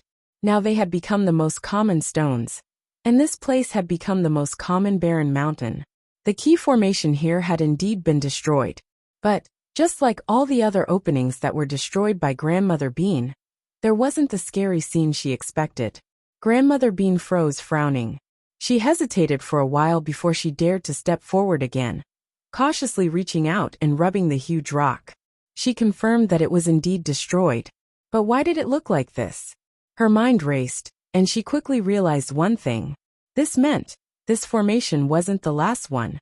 Right now, in this wilderness forest, there was at least one array in operation. Moreover, all the spiritual power was drawn there, resulting in such a situation. Strange. Grandmother Bean opened her eyes wide, looking around. After a few breaths, she suddenly said, "You wait here. Don't go anywhere." Then she flew up, heading towards the northwest. She sensed that there was still spiritual energy flowing in the northwest, 120 miles away from here. Her cultivation level wasn't low, and she had a magic weapon that could fly. Thus, it only took her less than half an hour to travel 120 miles. But the closer she got, the more confused she was. It was clearly the formation eye that he had destroyed 7 days ago. When she arrived above that place, all her doubts were gone. It was indeed the formation eye. 7 days ago, she destroyed this place and now, it was restored. The formation eye here wasn't anything special. It was made of the air of metal, and would intertwining, to create a golden grain orifice. Li Yunqin must have felt it was easy when he set it up. There was the air of metal and fire under the ground. He only put a piece of white jade and a piece of ebony on it, and the formation was completed. Taking advantage of the geographical location, he didn't need to consume too much spiritual energy. It was also easy for Grandmother Bean to break the formation. She just needed to move the soil, disrupt the flow of spiritual energy, and collect the white jade and the ebony. But now that she had landed, she saw that someone had thrown the wine jars all over the ground in a mess. Some of them were empty, and some were still in the air. There were a few bonfires next to the wine jars. Although they were all burned out, there was still some wood in the ashes. It looked like someone had passed by. She did see someone these days. The wild forest used to be very rich, but there were many fierce beasts in the forest, so ordinary people didn't dare to enter. People had to take a detour to travel between the two countries of Qingyi. It took 2 or 3 times more effort. But now that the forest was burned down, a natural passage was opened up. A few days ago, she met a few bold caravans. It seemed that they wanted to open a new route here, to transport some special products of the two countries. She met a lot, but she didn't, in this extremely vast space, which was almost as big as 3 prefectures. There were naturally more. The situation here was that the air of metal and fire under the ground was strong. The passing caravans probably set up camp here, built a bonfire, drank some wine, and then casually threw them away. But they were also lucky. With a casual throw, it was actually in the position of the 5 elements. After all, this place used to be a formation, so it was easier to gather spiritual energy than other places. After these people left, the things that they had unintentionally left behind had unexpectedly constructed another formation eye. Hearing this, Dopa heaved a sigh of relief. This kind of thing was rare, but it wasn't impossible. Many people in the secular world unintentionally left something. It could accidentally form a formation because of the air of the earth. Or it could be said that the family master had bad luck. Or it could be said that the family master was rich and prosperous. This was what people in the city often called feng shui. Since that was the case, she just needed to destroy it. But it was a pity that Lu Ling didn't have the chance to see the magnificent scene that followed. Just thinking about this, Grandmother Bean activated the protective restriction on her body again, and made the last attack. However, just as she was about to slam her palm down, she suddenly realized that something was wrong. If it was a caravan transporting wine, why would they drink the wine they were originally going to sell, and throw the wine jars away? She had been in the secular world for a long time, so she knew that for wine merchants, the wine jars were very expensive. If it wasn't a caravan transporting wine, who would bring so much wine when they were traveling? Weren't they afraid that the wine would cause trouble? As soon as this thought flashed through her mind, she had already hit with her palm. The incomparably swift and fierce palm force stirred up the astral wind, instantly overturning those jars, and the ashes and broken wood. However, Grandmother Bean's heart sank. The expected explosion of spiritual energy also didn't appear.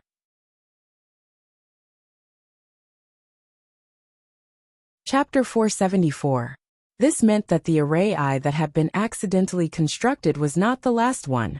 This time she didn't hesitate at all. She flew up to the sky. After a quick inspection, she found that there was another array eye operating 260 miles to the southwest. It only took a moment for her to realize that it was a key point that she had originally destroyed. This place was definitely not a coincidence. With a thought, she turned into a stream of light and flew away. 2 hours later she arrived. She found it was the same situation.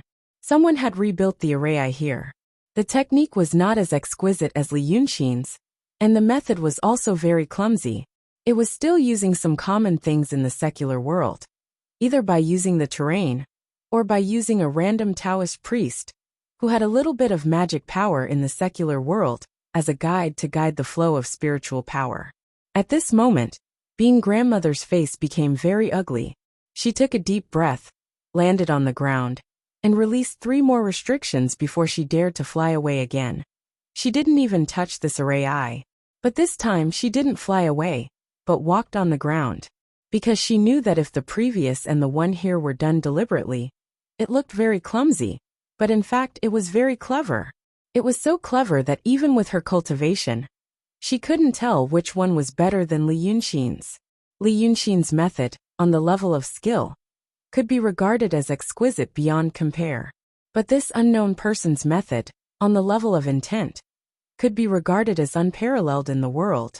It was like Li Yunxin was cooking a delicacy with all kinds of delicacies.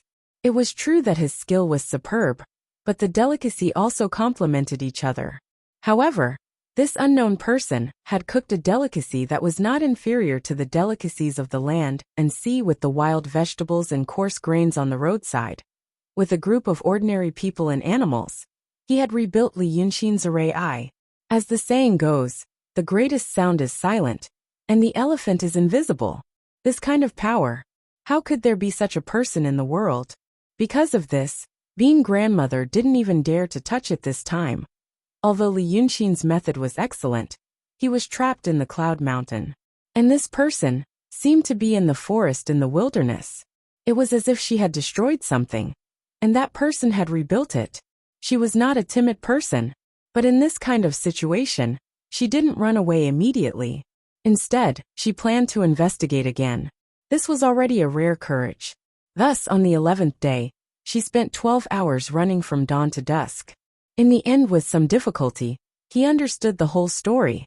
He did not see that person. Instead, it was a group of people. She had seen several caravans in the wilderness forest before. Now 5 or 6 days had passed, and she saw them again. But the problem was that the merchants didn't seem to know what they were doing. In the evening, she finally witnessed what they were doing in the dark. A group of dozens of people and horses arrived near the formation eye that she had destroyed, and stopped to unload the goods. Then, under the instructions of the leader of the caravan, the materials used to construct the formation were stacked properly. During this period of time, these people had been talking and laughing, without the slightest trace of nervousness or fear. This meant that they didn't know what they were doing at all. Even the leader of the caravan complained that this trip was requested by an unknown client with a large sum of money. As long as they followed the plan in the wilderness and unloaded the goods, they were not allowed to ask any questions.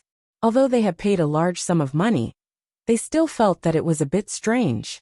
They were afraid that some kind of witchcraft was being used. The leader said this half-jokingly. After that, he asked the 2 accompanying mages in the caravan. But in Being grandmother's eyes, the so-called mages were just 2 unorthodox secular Taoists who had learned some unorthodox cultivation methods.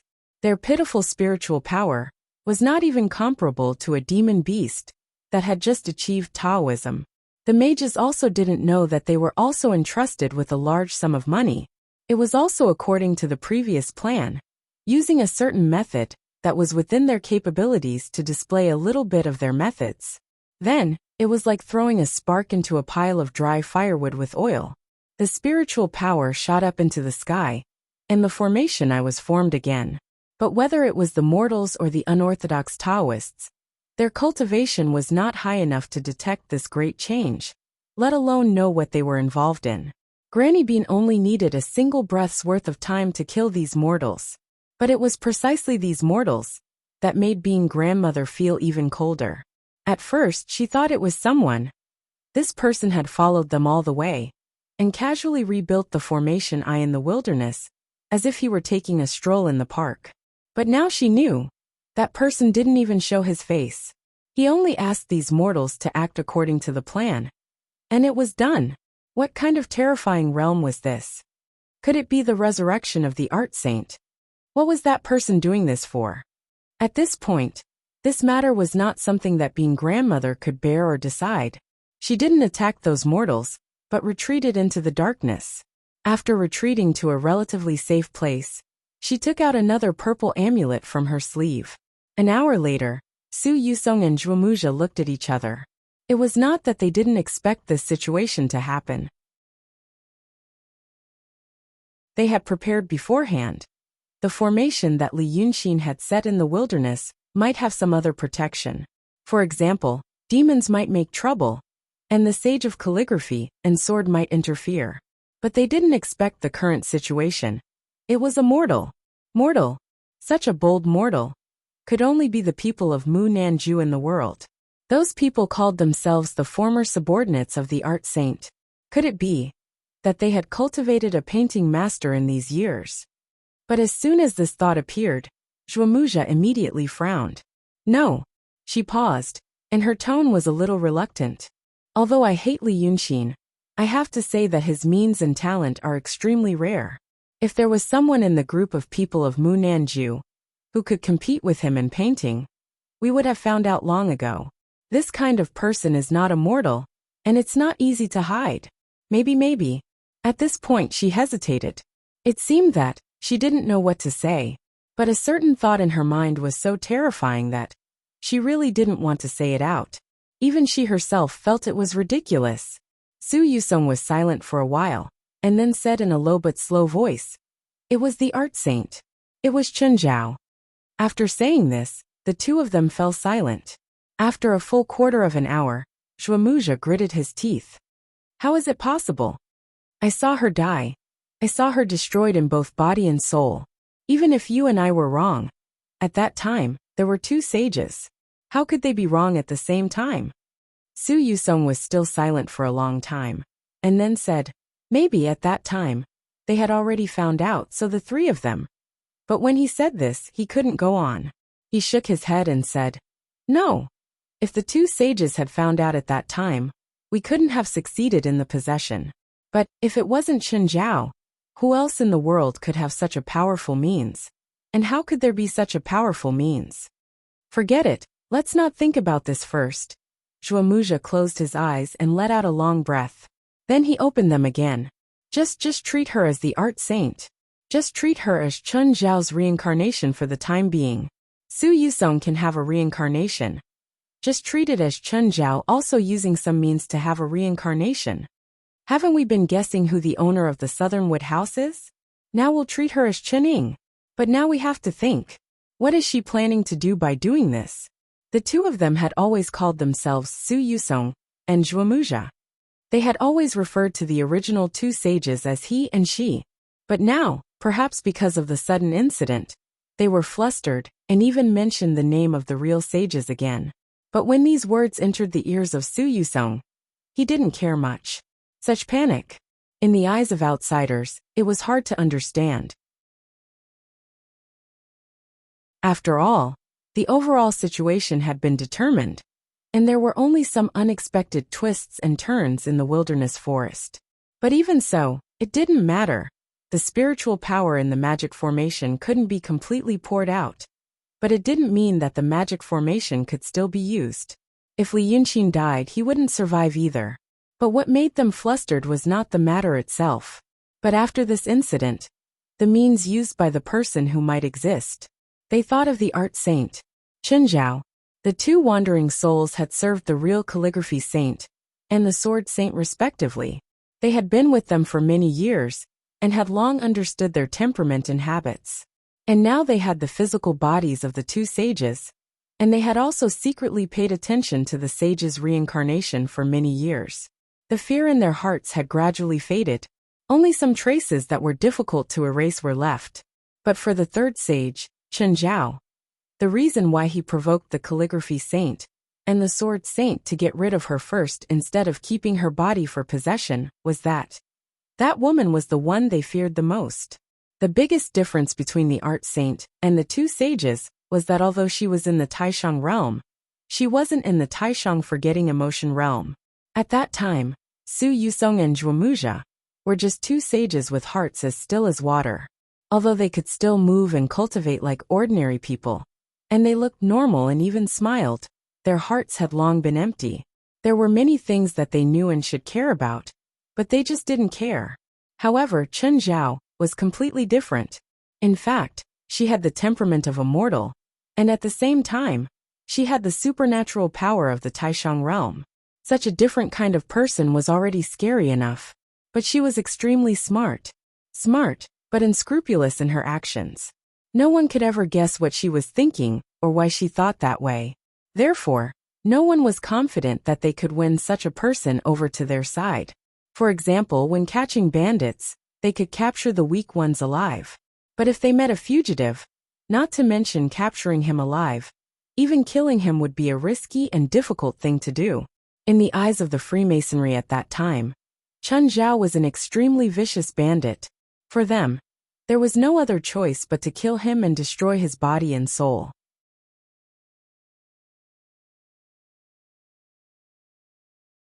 Chapter 475. Therefore, after many years of hard work, they finally provoked the two sages and used all the power in the world to kill him. But the person who was killed after going through so many twists and turns, did he really not die completely? If it were someone else, they would not have such a ridiculous idea of treating it as Chen Zhao's reincarnation. However, when they thought of the woman's methods, they felt a long-lost fear in their hearts. That Chen Zhao would not be surprised no matter what he did. Su Yusong thought for a while with some fear and suddenly stood up. His face was gloomy, and he wanted to say something but stopped. Then he paced in the hall, from one end to the other and back again. After walking like this for a full 15 minutes, he suddenly turned to Zhuomuxia and said, "We can't let the elders know about this." His face was terrifyingly gloomy. "I know them. If there is a small change in the situation, and they are worried about Yunshan's safety, they will send us out. But if they know that Chen Zhao may still be alive, they would rather not have this battle and wait for another 1,000 years than let Yunshan fall, and we come out of the mountain. Those people can only do what they say is perfect. We can't let them know about this." He paused and gritted his teeth. "What are you panicking for?" These 3 words seemed to be said to Zhuomuxia, but also to himself. "We are not the same as before. The two of us are not the 2 walking corpses, nor are we 2 wandering souls. We are sages, even if it is Chen Zhao's reincarnation. Humph. When she was at her peak, we could kill her. Now she is just a wandering soul. Why should we be afraid of her? Besides, it may not be her. What are you panicking for?" "The master of Southernwood residence." "Humph." Su Yusong stared at Zhuomuxia. "Haven't we been waiting for her to show up? Now with Li Yunqin as bait, we are finally going to catch her. Just what I want." After saying all this in one breath, Zhuomuxia did not say anything else. Su Yusong also stopped and was silent for a long time. Then he said, "What are you panicking for?" Another quarter of an hour passed. Zhuomuxia said in a low voice, "Then, how should we deal with it?" "Let's go," Su Yusong said without hesitation. "The people of Southernwood House." He carefully avoided the words Chen Hua's reincarnation. Doing such a thing at this critical juncture is nothing more than telling us that they might be able to make use of the formation in the wilderness forest. If we don't do anything, they'll really succeed. If we interfere, we will have to divide our forces, and it will be disadvantageous for us to fight against the demons. This is an overt plot. We know what they are planning, but this is the only thing we can do. Send people to watch over the wild forest. But then, Su Yusong frowned and took a deep breath. "We originally planned to give the people in the Black Tower to the demons to devour, and then send them to the emperors of the various countries. With such a lack of troops, they would definitely lose the first battle. Then, When the demons reach the foot of Tongtianzheyin Mountain, the elders will have to ask us to come out of the mountain to deal with them. At that time, we will reverse the situation. But since we are going to the wild forest, we can't lose the first battle against the magical beasts.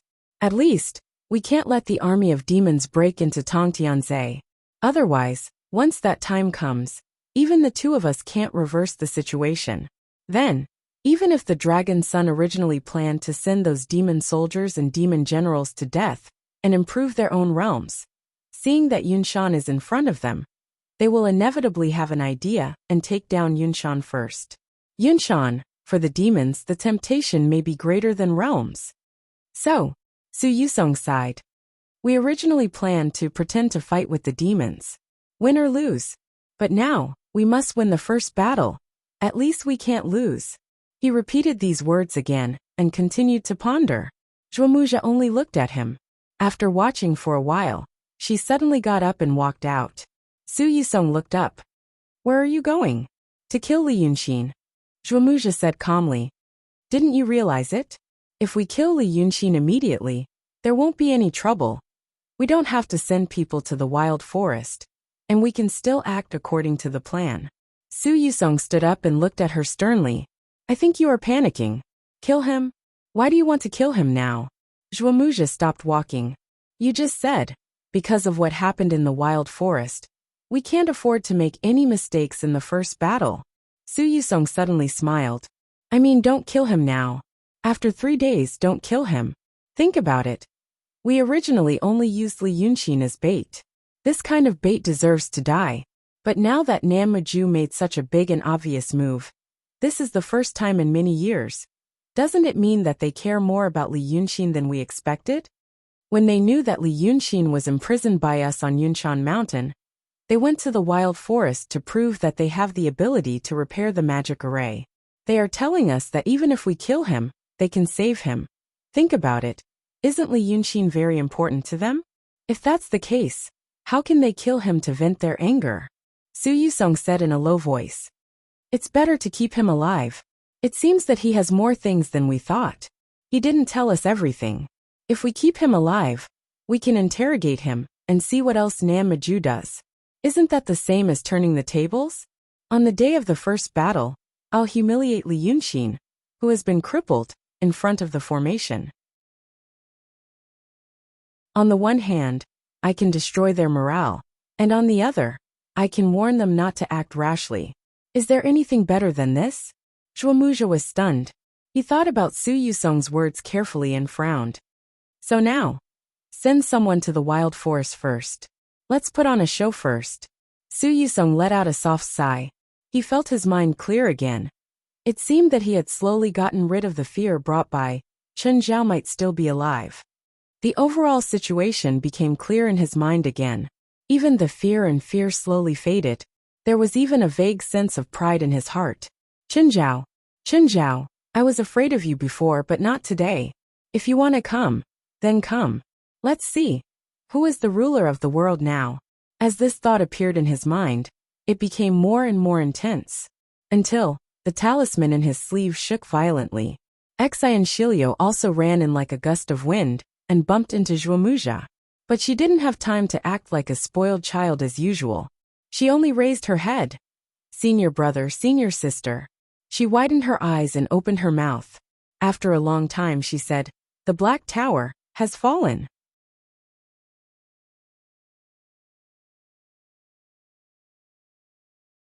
Chapter 476.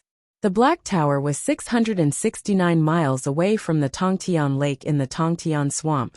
It was the outpost and headquarters for the Xianmen cultivators to enter the central plains of Yi country.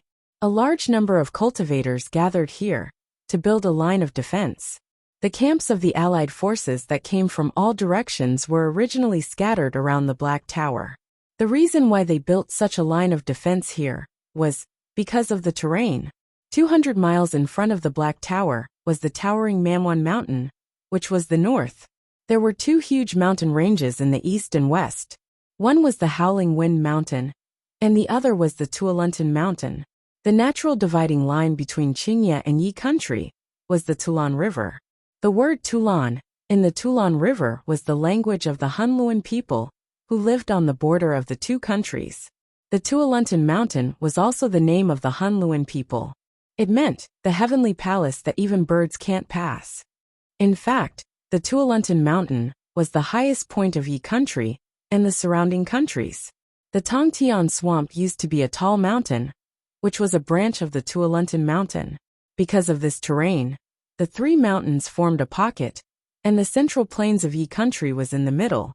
The 8 Dragon Sons armies were stationed in the three mountains, while the Xianmin cultivators occupied the exit from the plains to the Tongtian Swamp. If anyone wanted to enter the Tongtian Swamp from the three mountains, they had to go through them first. Although the middle and high-level demons and cultivators could fly, there were not many of them. Many of the demons in the transcendent state did not have this kind of supernatural power. The cultivators in the transcendent state could use magic tools to fly, but they could not last long. It could be used in battles, but it could not be used for long-distance attacks. Therefore, a large number of low-level demons and cultivators were still limited by the terrain like mortals. In terms of military strategy, it was not far from that of a mortal army. The Black Tower itself was a Tao artifact. The tower was a magic tool called the 10 feet Black Wind Mace. When it was used, it stretched to a height of 100 feet and could easily see the surrounding situation. There was a red pearl embedded on the top of the tower, which was also a magic tool. If a high-level cultivator used a supernatural power, the red pearl would immediately release a deadly fire, and everything within 100 miles would be burned. This Tao artifact was only made up of these 2 magic treasures, but its power was astonishing. It was under the control of the new sect master of the Langia Grotto Heaven, Ku Chanzi, to oversee the area and stop the demons.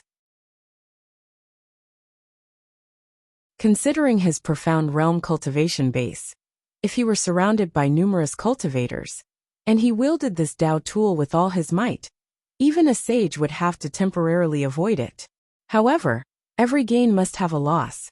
The reason why the Black Tower was so powerful was firstly because it used red soil, and secondly because once it was set down, it couldn't be easily moved.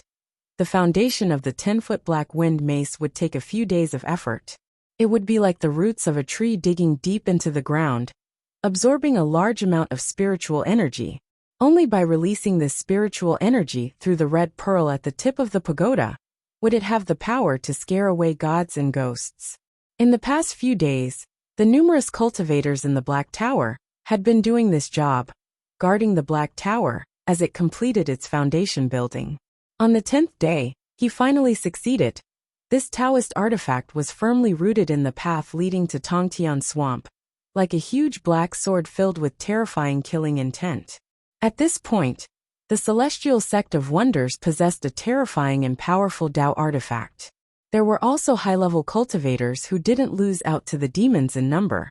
There were also many low-level cultivators who, though few in number, obeyed orders and were intelligent. It was hard to imagine any possibility of failure in a short period of time. However, the impossible did happen. On the afternoon of the 11th day, when Su Yusong and Zhuomuja looked out through the mirror talisman from Mount Shaoyan, what they saw was, the Black Tower was cut into 2, and the upper half collapsed in the muddy soil like a broken sword. The red pearl at the tip of the pagoda was nowhere to be seen, but the ground was really blood red. It was unknown how many cultivators had died or been injured. The corpses of humans and demons were mixed together, and it was impossible to distinguish friend from foe. And they also sank into the mud. In the background, there was a torrential rain and rolling thick clouds. It was as if the Milky Way had been overturned, pouring all the Silver River water into the Yezhong Plain. It was almost impossible to see the faces of people, even if they were 3 steps away, because the rain was really too heavy. This rain was not only heavy, but also very strange. Rain, snow, and hail mixed together. A thick mist surged in the sky, enveloping the land of 300 or 400 miles around the Black Tower, and lingered for a long time. There were also thunderous shouts in the field. Occasionally, mysterious lights flashed through the curtain of rain, and it seemed that there were still sporadic battles. Su Yusong saw this scene and knew that it had just happened. The people of the Celestial Gate were defeated, and they didn't even have time to send the news to Mount Shaoyan. But even so, how could they be defeated? With the Black Tower, how could the demons break through to the bottom of the tower? He turned his head and shouted, "Where did you get the news?" At this moment, Exa and Shilio didn't care about his tone, and immediately answered, "It's the people of Munanju.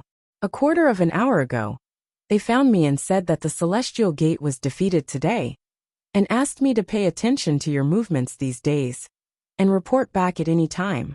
Su Yusong was stunned, and looked at Zhuomuja, and saw a fleeting fear in each other's eyes. Sure enough, it was the people of Munanju playing tricks. They made a move to help the demons. It seemed that they finally didn't intend to hide behind the scenes.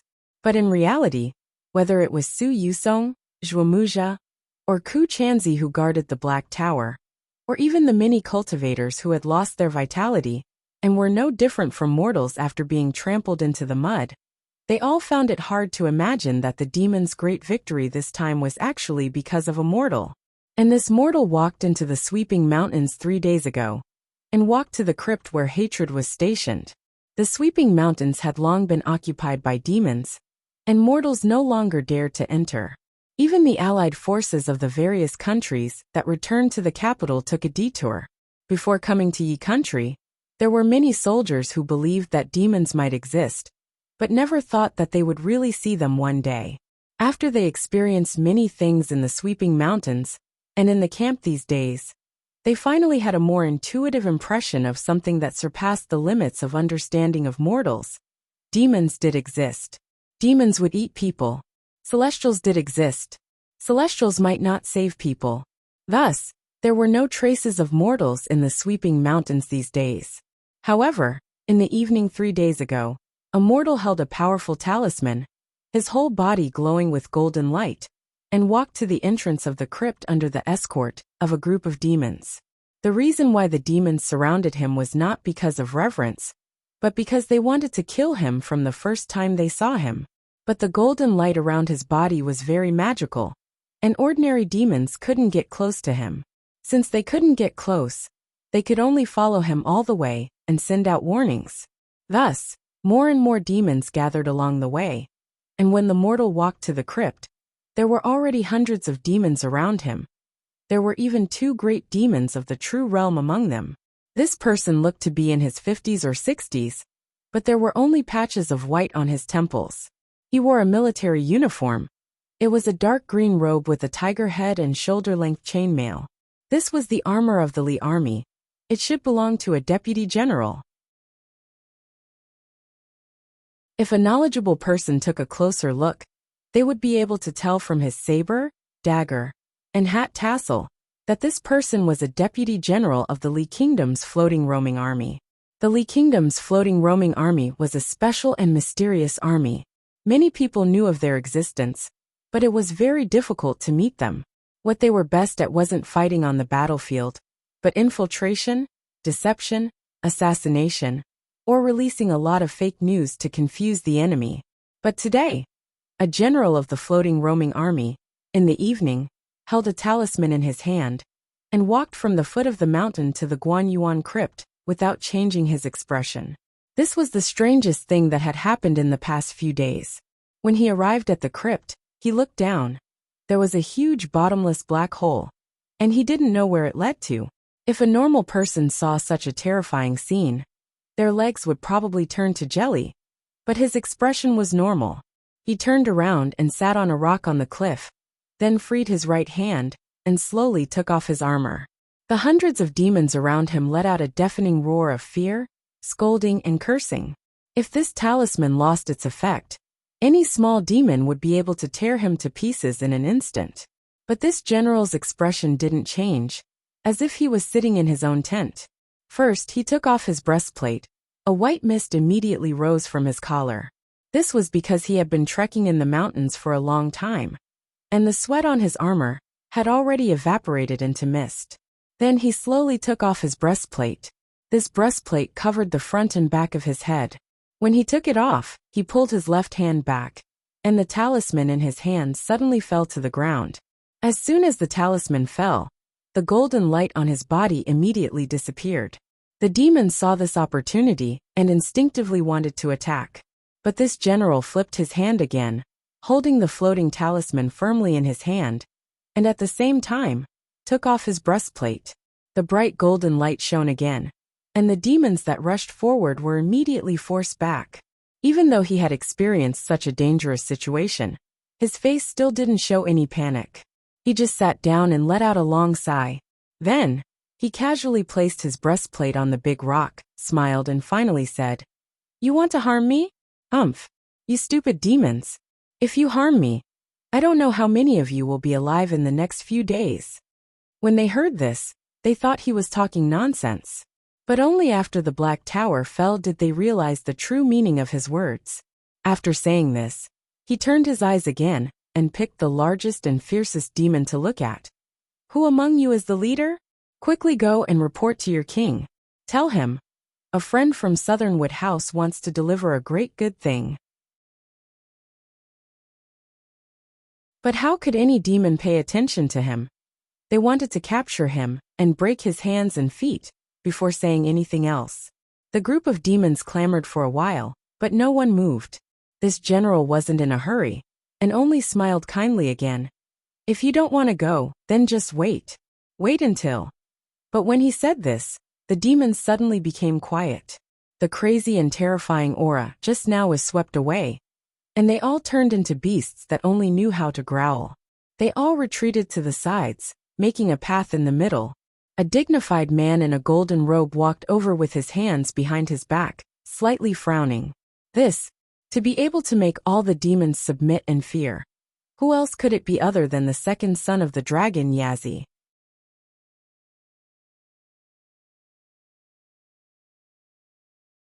Chapter 477.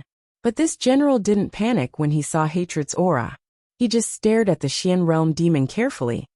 And the Xian realm demon was also staring at him. After 2 or 3 seconds, Hatred was about to speak with a gloomy face.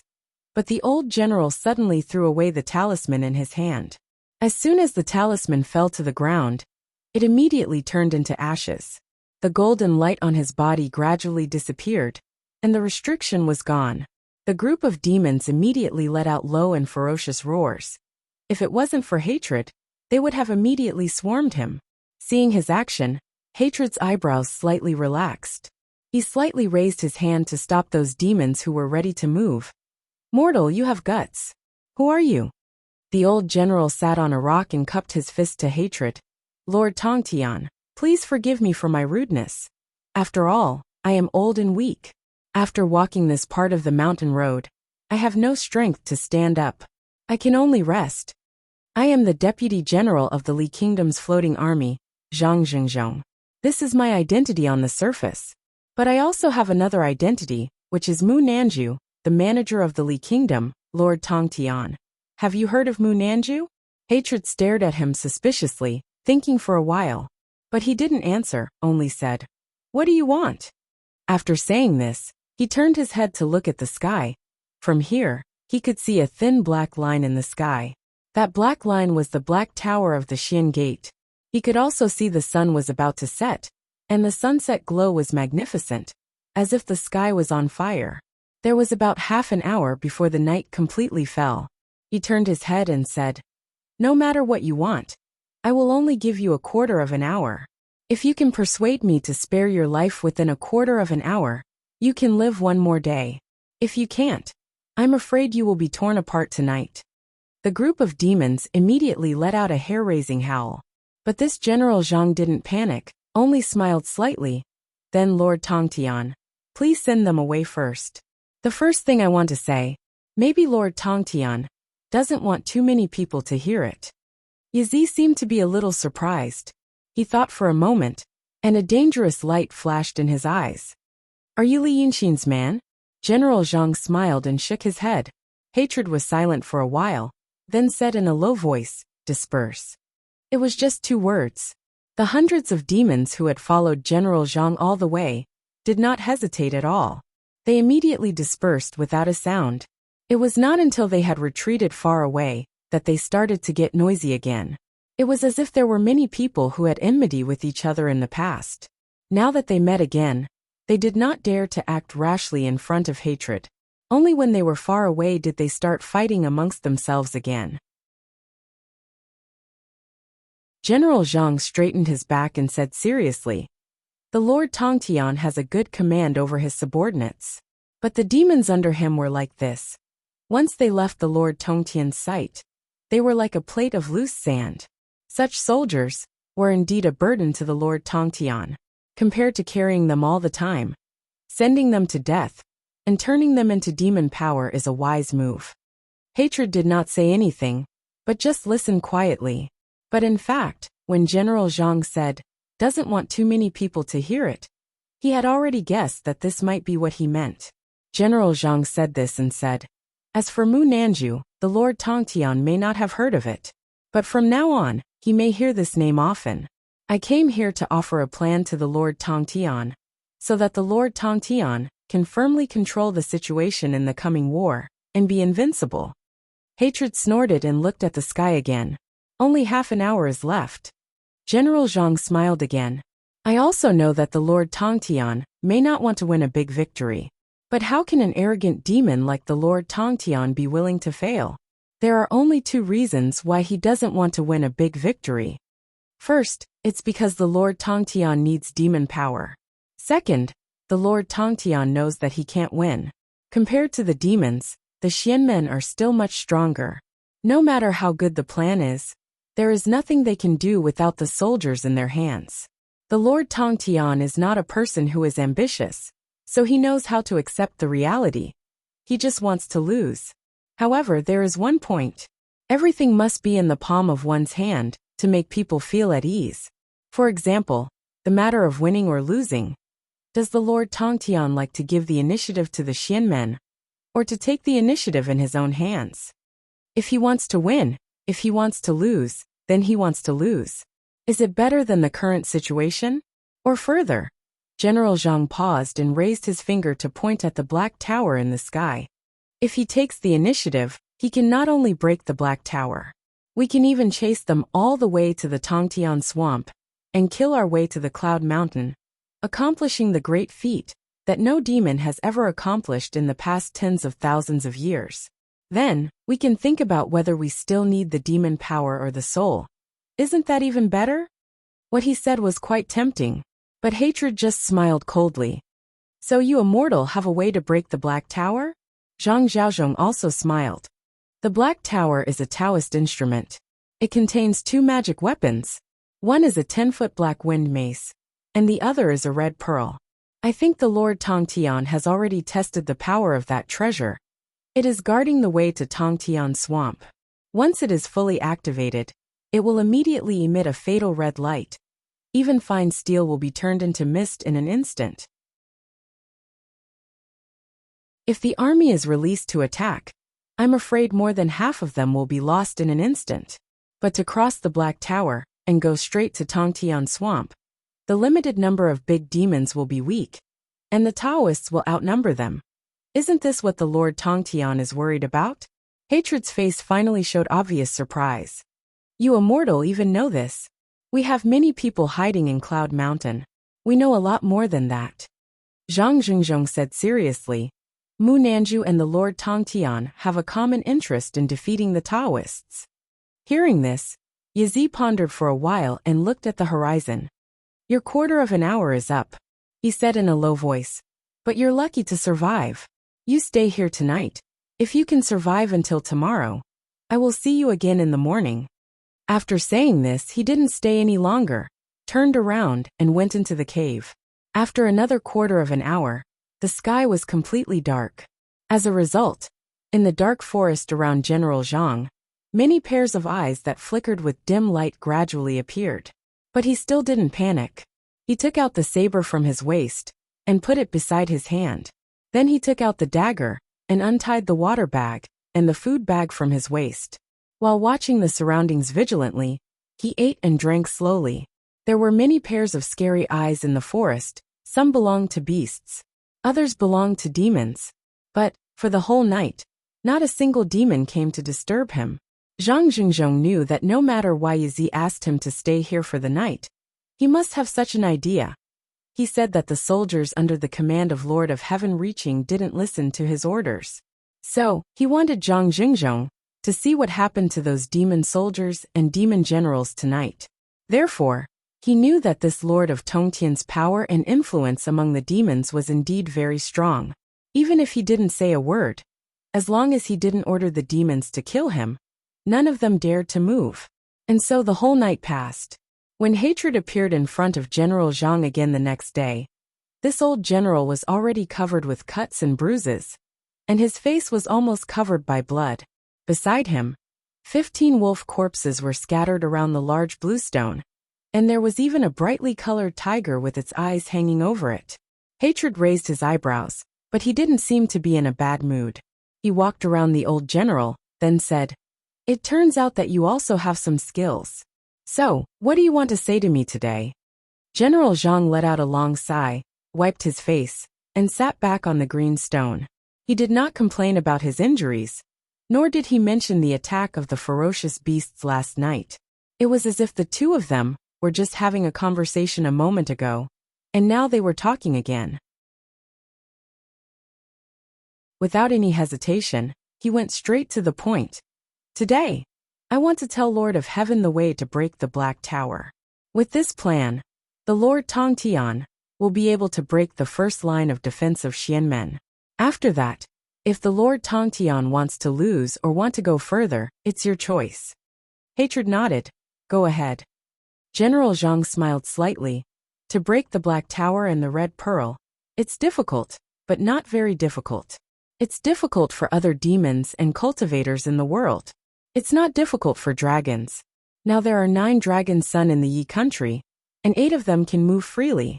These 8 control 7 parts of the water system in the world. When it comes to moving clouds and rain, even sages can't compare. The plan I'm talking about is wind and rain. And wind and rain to break the Red Pearl above the Black Tower." Hatred was a little surprised. "Wind and rain." "Exactly," Zhang Jingzhong said in a deep voice. "When the Dragon King works together to move clouds and rain, the power of the Red Pearl will be greatly reduced. Your demon soldiers and demon generals can attack it directly. In the big wind and rain, even high-level cultivators of Xianmen will be affected, not to mention those who can't fly. And choose the time of the surprise attack at night. At that time, people's vision is the weakest, but demons have a natural advantage. If we catch them off guard, we'll definitely succeed." Hatred was stunned for a while, and then laughed. "Wind and rain? You ask me to use wind and rain to deal with the treasure of Xianmen?"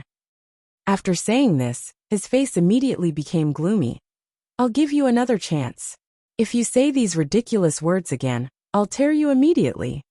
The great demon of Xianmen was about to get angry, but General Zhang was not afraid at all. He just looked at Hatred and said in a deep voice, "This is not a joke, it's really a wind and rain. Ordinary wind and rain to deal with ordinary treasure of Xianmen is naturally a joke. But now, it's the 8 dragon sun who work together to make clouds and rain. It's limited to within 100 or 200 miles around the Black Tower. The denser and fiercer the wind and rain, the better the effect. When the rain and fog in the air are thick to a certain extent, in such a large area, the power of the fatal mysterious light of the Black Tower and the Red Pearl will be greatly weakened, even less than 1/10 of before." Although he said it solemnly and sincerely, Hatred's face was still very ugly. General Zhang sighed in a low voice. "The Lord Tongtian has seen the crystal. Then has the Lord Tongtian ever basked in the sun through the crystal?" After saying this, he put his hand into his bosom and very carefully took out an object. It was a palm-sized smooth polished crystal. He stood up, slowly walked to the front of Hatred, and raised the crystal. "Allow me to be bold, and ask the Lord Tongtian to try. Put your hand behind this crystal, and then in front of it, and see if it's cooler behind the crystal."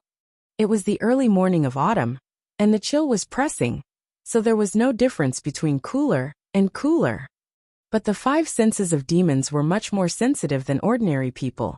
Hatred stared at him for a while, and then slowly stretched out his hand, and put it on top for a while. Then he put it on top for a while. Then he frowned and looked at Zhang Zhengzhong. General Zhang put away the crystal and said seriously, "The Lord Tongtian has already felt it. This crystal reduces the heat in the sunlight. The wind and rain do the same to the mysterious light emitted by the red pearl. When the rare and dense storm and fog that covers the sky covers all the demon soldiers and demon generals, then the red pearl will be no different from a piece of trash." Even the Lord Tongtian, who specializes in summoning clouds and rain, doesn't know about this. How can the people of Xianmen know about it? They will only think that the wind and rain are not a problem. Once they are attacked by us, they will definitely lose. Hatred was silent for a while, as if he began to think carefully about this matter. After a quarter of an hour, he suddenly turned over and went back to the cave, without saying a word. General Zhang sat back on the bluestone and began to wait patiently until another day passed. Yazi reappeared in front of him, grabbed him by the collar, and brought him into the crypt. "Tell me more about your Namiju."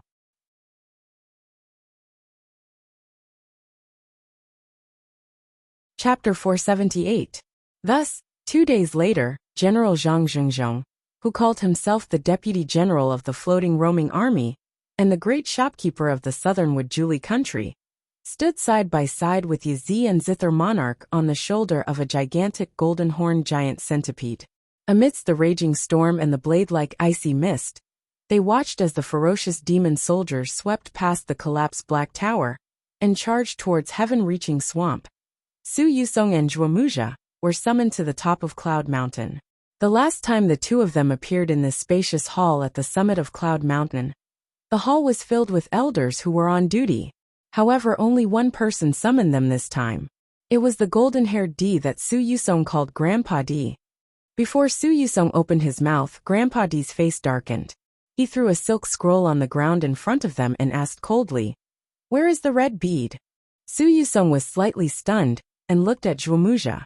In fact, it was not that Grandpa D, who was also an elder, spoke in such a superior tone. The two of them knew that their so-called elders were just high-level servants in the eyes of others.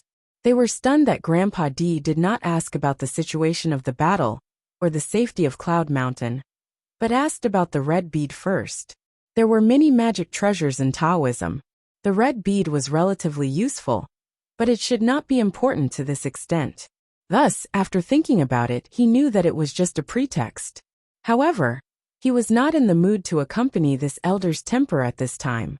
Su Yusong coughed lightly and said in a low voice, "Don't worry, Grandpa D. The situation of the battle is still under control. I already know that although the Black Tower was destroyed, there were not many casualties. The demons took advantage of the storm to attack. Their main goal was to destroy the Black Tower as a line of defense. They only suffered some losses when they chased after them. However, there were no casualties among those above the true state, and those below. I'm asking you about the red bead." Grandpa D interrupted him and stared at him coldly. Su Yusong was stunned again, because he realized that Grandpa D seemed to be asking about the red bead and not using it as a pretext. This Grandpa D was not a patient person. Usually, he was more like an arrogant playboy. If something did not go his way, he would immediately fly into a rage. But now that he had asked twice, his tone was unusually stern and calm. It could be seen that, to him, the red pearl seemed to be of utmost importance, so much so that even his own emotions were restrained, and he was extremely solemn. The elders had always been mysterious. Su Yusong knew this. Therefore, he put away the doubts in his heart. Even though he was puzzled, he still paused. The red pearl. According to Ku Chanzi, it has fallen into the hands of the demons. Old Master D was silent for a while. Su Yusong and Zhuomuja did not say anything. The two of them had already made preparations before they came. As for how the Black Tower would fall, what would happen after the fall, and how they would defend against the demons' attacks, they all had their own plans. He hoped that this crisis would make the elders unable to sit still on Cloud Mountain and send the two of them out as soon as possible. Unexpectedly, he was asking about Hongzhu. With a gloomy face, Grandpa D took 2 steps forward and stopped in front of Su Yusong. He was only 1 step away from him. Su Yusong now had the original appearance of the sage of calligraphy, a white-haired old man. Therefore, he looked slightly shorter than Old Master D. This Old Master D's face was cold, and he stared at him oppressively. This made Su Yusong feel unhappy. If the matter was not handled well, it would be fine if he was reprimanded. But even if he was reprimanded rudely like just now, he would still feel unhappy in his heart. The two of them were no longer the wandering souls of the past. They were the leaders of the orthodox Xian men in the world, and they already had the idea of independence in their hearts. How could they accept this kind of treatment with a clear conscience? He frowned slightly, planning to take a step back, then suppress his emotions and say some words to ease the atmosphere. But he did not expect. Old Master D raised his hand and gave him a heavy slap. The sound was crisp, and it reverberated in the hall. Su Yusong's eyes widened, and he looked at Old Master D in disbelief. He was stunned for a moment, but Old Master D did not pay attention to him.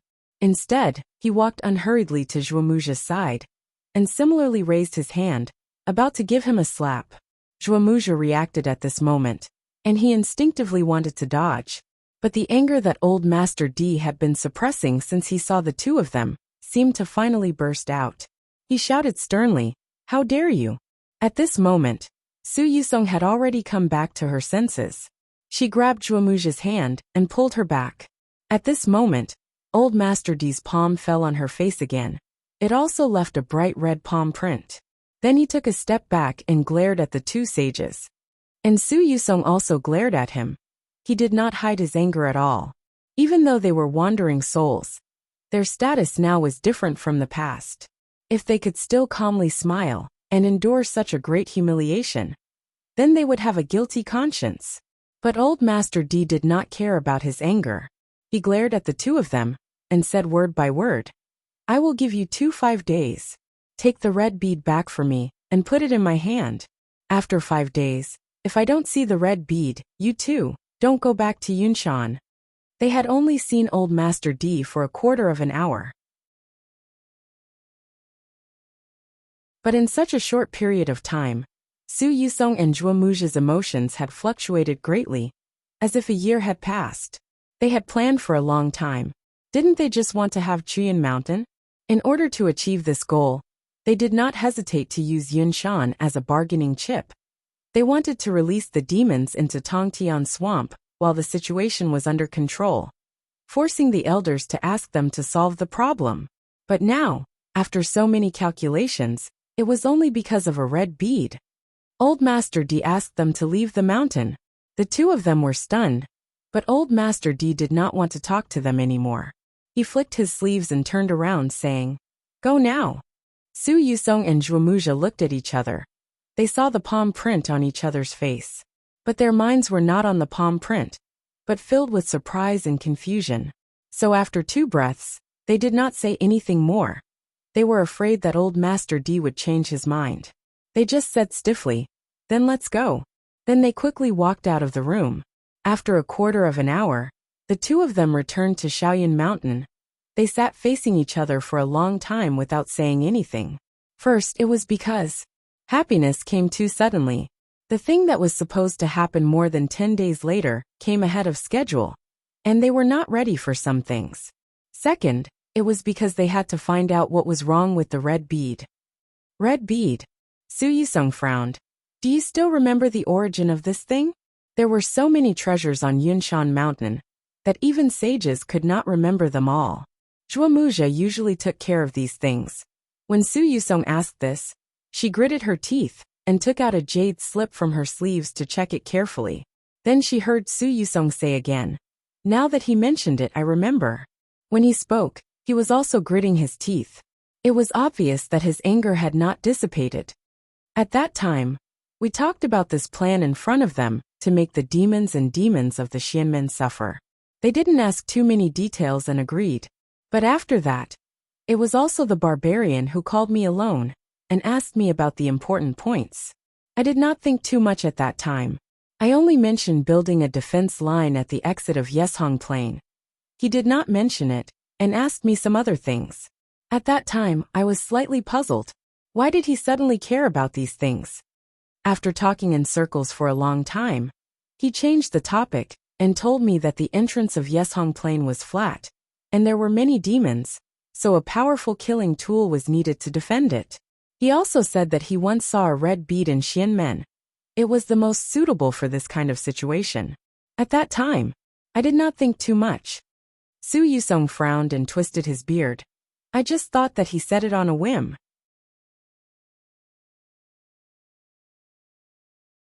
But I felt that it was not good to disappoint him, and this black tower was indeed suitable for defending against demons, so I used it. But now that I think about it, at this point Zhuomuxia interrupted, I found it. The female sword saint handed the jade slip in her palm to him. Take a look yourself. No wonder you and I have no impression of it. Su Yusong took the jade slip and looked, and found out. The red bead was not a treasure left behind by a saint.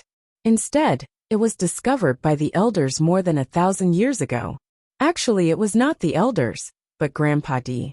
As for how it was discovered, there was no detailed record. But after discovering its extraordinary power, it was included in the list of precious treasures of Xianmen. This was strange. It was not a treasure refined by a saint, but its power was comparable to the treasure left behind by a saint. Su Yusong looked at the jade slip and frowned. After 2 breaths of silence, he looked up at Zhuomuxia. This matter is unusual. Zhuomuxia also nodded meaningfully. The anger on their faces had completely disappeared, as if the importance of this matter made them not in the mood to be angry. To Li Yunqin, the elders of the Freemasonry were extremely mysterious. To Su Yusong and Zhuomuxia, as well as many wandering souls of the Freemasonry, how could it not be the same? Apart from the 2 of them, no other wandering souls had seen the elders. Now that the 2 of them wanted to be independent, they naturally had to understand the thoughts of the elders better, and be prepared, even for the possibility of a falling out in the future. But all along, the elders seemed to be a monolithic block. They had an extremely consistent goal. To the wandering souls, they were a solid piece of iron, with no gap to be found. But now, a gap seemed to have appeared. At that time, it was that barbarian who summoned me alone, and told me about using the red pearl. Su Yusong said in a deep voice. And now, he summoned us alone to ask about the red pearl. During this period, he did not mention the other elders, nor did he say anything else. This means, the other elders do not know about this, Zhuomuxia said. This is one of his secrets. Among the elders, there are also secrets. It also means that there may be different forces among them. Haha, this is a pleasant surprise. Su Yusong said this and got up, paced 2 steps, turned to look at Zhuomuxia. As for how the red pearl was broken, it was actually broken by wind and rain. How is this possible? There must be something fishy. I have already said that Li Yunqin did not tell the truth. The dragons actually have this magical power to break a profound Taoist artifact with wind and rain. Let's go and ask him now. His days of comfort are coming to an end.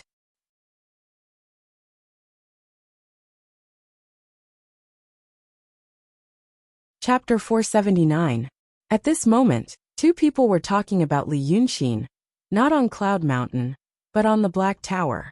Half of the Black Tower had collapsed, but the remaining half was still more than 500 feet. More than 500 feet. In the world where Li Yunqin came from, it was 170 meters, nearly 60 stories high. Looking down from such a height, the demon soldiers and demon generals were all like ants. The vast landscape could be seen in one's eyes. It was a vast ocean of water. The wind and rain had stopped. But in the past few hours, the rain that fell on this land was almost equivalent to the annual rainfall of the entire Yi country. So looking ahead, there was no land or trees. The flood reached the horizon, and the demon soldiers and generals were all moving with the water. Those who were not good at swimming were carried by the giant demon beasts. Those who were good at swimming were like fish in water, flying forward and chasing the low-level cultivators who were lagging behind, causing many casualties. Hatred stood with his hands behind his back, looking into the distance. His robe fluttered violently in the strong wind. Against the steely blue sky, he actually had a lofty aura. With such a great victory, The two sages of Cloud Mountain must be exasperated. He narrowed his eyes, and there was no expression on his face. It seems that our ninth brother is in a bad situation. In another 3 days, if he doesn't come back, young Dragon Master, your restriction. Zither June stood beside him. However, his sleeves didn't flutter in the wind, and just hung there quietly. My restriction is about to erase his body and soul. Sigh. He sighed lightly, and his regretful expression was more touching than most women in the world. He was originally 9 brothers and sisters. If he could really come back as promised, we would bury the hatchet, and our family would be harmonious. How good would that be? But now, he turned to look down, his butterfly-like eyelashes drooping. What he saw was Zhang Zhengzhong sitting under the black tower, on the shoulder of the giant golden-horned hoe. This person could actually find us, and tell us how to crack the mysterious gate's treasure. When I looked at this person, I only felt that there was an evil aura on him. I thought about it carefully and found it familiar. Later on, I thought, isn't it because of ninth brother's chi? Our ninth brother knows a lot of things. He paused and looked at Hatred. And he's a little more knowledgeable than you and me. Hatred raised his eyebrows. Stronger? I'm not talking about cultivation. It's not even a method. The Zither monarch narrowed her eyes as she looked ahead. She raised her hand and pointed. What lies ahead is chaos. The general situation of the world has changed. We can no longer live in seclusion, in the remote mountains and great lakes like before. We have to come out into the world. But when he came out into the world, he had to deal with people. But second brother, haven't you realized? We don't know anything. Do you know Mu Nanju? You should have heard of it before. I heard about it too. But who knew when ninth brother would receive their help? This ninth brother of ours is not the ninth brother of the past. He knows far more than we do. After that, when the chaotic times come, it's hard to say who will be able to prosper like a fish in water. Hatred was silent for a while. He frowned. So young Dragon Master doesn't plan to kill him? The Zither monarch smiled. When did I say I want to kill him? As long as he can come back to us, I'll be happy and gratified. Why would I kill him? Hatred blinked and stopped talking. It seemed that he couldn't tell whether his big brother was speaking the truth or not. The Zither monarch sighed with a smile. But since you mentioned it today, it's fine. As big brothers, we should take a look at our little brother's current situation. As she said this, she stretched out her slender finger and touched her forehead. Then she pulled it. It was as if something was being pulled out of his mind. Many blurry lights and shadows were drawn into a seemingly sticky line. Finally, it left his forehead and gathered at the tip of her finger. The Zither monarch twisted her wrist again. The lights and shadows were drawn into circles, and finally connected into one. It turned into something similar to Su Yusong's mirror talisman. Li Yinxin could be seen. Seeing this, Hatred was stunned. Then he whispered, Young Dragon Master. That's Cloud Mountain. There are 2 Grand Elders. If they find out. The Zither monarch smiled. Grand Elder? So what? Grand Elder? So what? When the Zither monarch said this, Li Yunxin also heard it. Because at the moment when the Zither monarch's image was formed, he and Hatred appeared in the house where Li Yunxin was imprisoned. But it was not a real person, but a virtual image. And this virtual image was unstable, as if it could disappear at any time. But even so, Li Yunxin was shocked. At that time, he had nothing to do, and could only use his sharp nails to carve on a stone. Now that he was halfway done, he suddenly heard someone talking in the house. He jumped up from the bamboo bed and turned around. And so he saw his 2 brothers. The Zither monarch's image appeared. She frowned and looked around. There's a restriction. It looks like this. She relaxed her brows. I thought Cloud Mountain was a paradise on earth, very beautiful. But now, it looks even simpler than my 4 Seasons palace. Compared to your resplendent golden palace, it's even more. Before she could finish her words, Li Yunxin jumped up from the bamboo bed and shouted as if he had seen a relative. Big brother, second brother. I miss you so much. Save me. He shouted this sentence with sincerity. Hatred was still expressionless. The Zither monarch laughed. I haven't seen you for a few days. How did you become like this? Tell me, Why do you miss big brother and second brother? Li Yunqin immediately said, You two don't know. After I came to Cloud Mountain, I was humiliated by those two old men. They wanted me to join Xianmen. Why would I do such a thing? Those two old men pretended to be nice to me. On one hand, they wanted to marry their daughter to me. On the other hand, they slandered my two brothers. They said that the young dragon master was neither a man nor a woman. They said that second brother was brave but not smart. Li Yunqin said with hatred, Bah! I immediately turned against them, and thought that they would rather die than submit. The Zither monarch laughed again. Good ninth brother. Let's not talk about this for now. Let me tell you something good. We have broken the Black Tower of Xianmen, and are now marching towards Tongtian Swamp. Li Yunqin was delighted. You two are here to save me. That means I have been of great help in many things I have done in Cloud Mountain. The Zither monarch was still smiling. Ninth brother has indeed helped. But not in Cloud Mountain. Outside Cloud Mountain, a few days ago General Zhang came. He called himself the Deputy General of the Li Kingdom's floating army, and the manager of Mu Nanju. Ninth brother, do you know about Mu Nanju? Li Yunqin rolled his eyes and immediately said, Of course I do. I was the one who ordered this. The Zither monarch looked at hatred. I told you that our ninth brother is stronger than the two of us. Look. He is able to come up with strategies from thousands of miles away, and enter the tiger's den unscathed. He is truly a rare talent. Li Yunqin's face immediately turned bitter. Young Dragon Master, please don't joke around. Although I am fine now. Those two old bastards said that they will sacrifice me on the day of the war. Now that you two are so powerful and have broken through their camp, I am afraid. They will bring me out of Cloud Mountain tomorrow, and kill me in front of you too. The Zither monarch laughed. That General Zhang was sent by ninth brother to help us. How could ninth brother not have predicted that the war would be brought forward? Li Yunqin was rendered speechless by his question. She opened her mouth, but no words came out. At this time hatred coughed. Ninth brother, now that things have come to this, I will not say anything useless to you. I will only ask you two things. If you tell me in detail, I can plead with young Dragon Master to save your life. But if you still feel estranged from us and are unwilling to be honest with us, then I will not be able to do anything. Even if my heart aches, I will not be able to save you.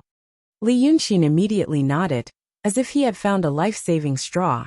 Please ask, as long as ninth brother knows, I will tell you everything I know. Hatred looked at him. First, how did ninth brother become the dragon-kissed body you have today? Second, I know that on the night that Wanderer Bai died, ninth brother and I talked. What did we talk about that night? Hearing these two questions, Li Yunqin hesitated for a while. It was in this moment that he suddenly heard another voice say, Yes. I also want to know whether what you said to me that day about how you became Long's son is true or not. Since your two brothers are here today, why don't you say it again? The door curtain was lifted and Su Yusong and Zhuomu entered the room.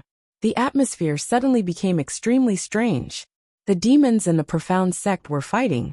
But at this moment, the actual commanders of both sides met in this room. Seeing the two sages enter the room, hatred immediately groaned. But Zither Monarch's expression was the same as usual. She waved her sleeves and raised her arms in front of her. So this is what the two sages look like. It is rude of me to come here as a guest. But I won't be rude for too long. I think my ninth brother has already told you that I planted a restriction in his soul. I was fortunate enough to come here today because I activated the restriction in his soul. But this restriction was only a lamp. What was being burned was his spiritual energy. When the spiritual energy is exhausted, it will burn his body and soul. Thus my second brother, and I could only meet the two of you like this. Hearing this, Li Yunqin's expression became very ugly. He gritted his teeth. Young Dragon Master, I'm here to do something for you. Zither Monarch smiled. Who said it wasn't? Ninth brother. Answer your second brother's two questions, and I'll think of a way to save you. How about it? Hearing this, Su Yusong laughed coldly. Demons, they are demons after all. Cruel, cunning, and cold-blooded. Li Yunqin. He looked at him coldly. Previously, we waited for you to sincerely surrender, and gave you a chance time and time again. But you were stubborn. How do you feel now? Your big brother demon and second brother demon don't want to save you. They want you to die early. Ha! Now you've tasted the feeling of not responding to heaven and earth, being driven into a corner, and being deserted by your friends and family? You scoundrel like to sow discord. Haven't you thought of today's retribution? It was as if he thought that his savior had arrived, but now he found out that the savior was actually a killer, a demon that hastened his life. Li Yunxin looked disheartened. He had nowhere to vent his anger, and even his body was trembling.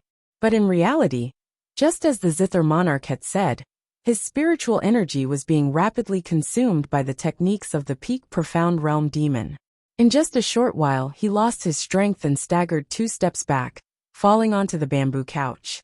Zither monarch shook her head and sighed. Sigh. Ah! It seems that ninth brother was right. These days you've suffered a lot of humiliation, and your strength is also lacking. Your spiritual energy is being consumed so quickly. Since that's the case, it seems that you're ready to die. Ninth brother, see you at the battlefield. With these words he flicked his sleeves, and the 2 profound realm demons instantly vanished into thin air. In the next moment, Zither monarch, who was standing on top of the black tower, stopped smiling. She thought for a while. Then she turned to look at Hatred and said in a low voice, "Now I'm relieved. The 2 sages of Cloud Mountain didn't save little Nine. Although there are many things he didn't say, there's nothing to worry about. But, second brother, did you notice? There's something wrong with the 2 sages."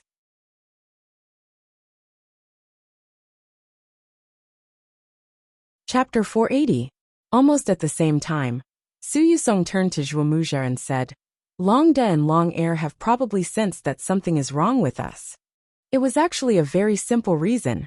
Su Yusong and Zhuomuja acted too much like humans. Whether it was the way they spoke or the way they acted, they were no different from ordinary people. But profound realm cultivators already had the same gloomy and rigid expression. As for the twin sages, for the first time since the ancient times, when demons broke into Cloud Mountain, or even the small Cloud Mountain, the twin sages didn't do anything. They didn't do anything to the illusions of the 2 demons, nor did they do anything to the demons themselves. This didn't seem like something a saint would do. After saying this, he sighed in a low voice. I didn't expect the restriction on Li Yunxin to have such a function, to be able to spy on our Cloud Mountain. Fortunately, he wasn't locked up in any important place. This time we miscalculated. We can't afford to make any mistakes when dealing with those demons. I've already sent people to the wilderness forest. As for Shilio, she's also been sent to Munanju to spy on the situation. Next, he paused. We should leave the mountain. First, we need to stabilize the situation in Heavenspan Swamp. He and Zhuomuja said these words in front of Li Yunxin, without any hesitation. It seemed like they were treating him like a dead person or a decoration.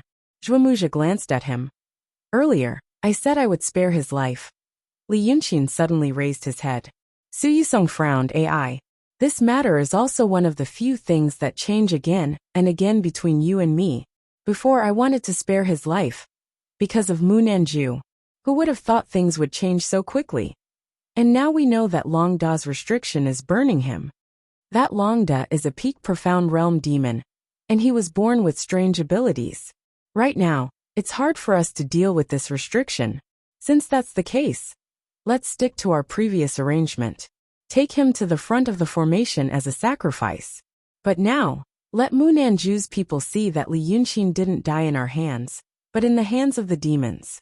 If Munanju's master really values him, it's also a good way to create enmity between them and the demons. Zhuomuja nodded. That's good. I've wanted him dead for a long time. As soon as the 2 of them finished talking, they heard Li Yunxin suddenly laugh coldly. It's hard to draw a tiger, but hard to draw its bones. You 2 are just wandering ghosts. You want to be a true saint. You want to imitate your appearance and temperament. In the end, you even lost your own heart. You keep saying that if you become a saint for a long time, you will naturally have a heart for the world. Don't you know that you're still imitating? Now, he seemed to have lost all hope of survival and knew that he would die. Therefore, he no longer tried to compromise, nor did he try to flatter them. He revealed his true nature. Now even your hearts are imitating me. Pooh. From head to toe, from inside to outside, apart from that pitiful obsession, there is nothing else that belongs to you. Ha ha ha ha, what a joke, what a joke. Lita sat up on the bamboo couch. His lips were pale and his eyes were sunken. He looked like a dying man. However, his spirit was very strong, as if he was burning the last of his life force. Do you know what a real big shot looks like? If you don't, you can go take a look at that zither lady and hatred. Although they are only in the profound realm, their innate temperament is something that you two heartless ghosts can't learn. A real big shot's words carry enormous weight, and their stand is firm. They do things with a clear goal. Once they've decided, they won't be easily swayed. Just like the two of them. They didn't plan to let me live in the nest. Just now, when I came here, they still didn't plan to let me live. You two said that you want to let the world see that I die in their hands. Ha, that's exactly what I want. Dying in their hands is much more dignified than dying in the hands of the two of you, who are indecisive and capricious, who decide whether you will live or die the next day. They are worthy of my identity as Wei River Dragon King. After saying these words in one breath, he began to pant, as if he had used up a lot of energy. Su Yusong and Zhuomuja looked at each other and laughed. It seems that he really doesn't have any other way now. Su Yusong said this to Zhuomuja, then turned to look at Li Yunxin. If you had shown this kind of temperament from the beginning, you wouldn't have fallen to this point today. Unfortunately, you always think that you're smart and like to calculate. Then, I'll still say what I said to you a few days ago. You don't know that the world is dangerous, and not everything is under your control. Now have a taste of what it feels like to be a victim of your own cleverness. As soon as he finished speaking, Li Yunxin suddenly jumped up from the bamboo couch and shouted, "I'll kill you first." When he jumped up, he raised his arms like the wings of a big bird. Many little people made of lines swarmed out, immediately filling the whole room. As soon as the little people appeared, they opened their mouths and cursed. But because there were too many people, the curses were continuous, like a demonic voice penetrating the brain. As they cursed, they pounced on the two fake saints, using all kinds of weapons in their hands to hack, slash, or stab, directly attacking the vital parts.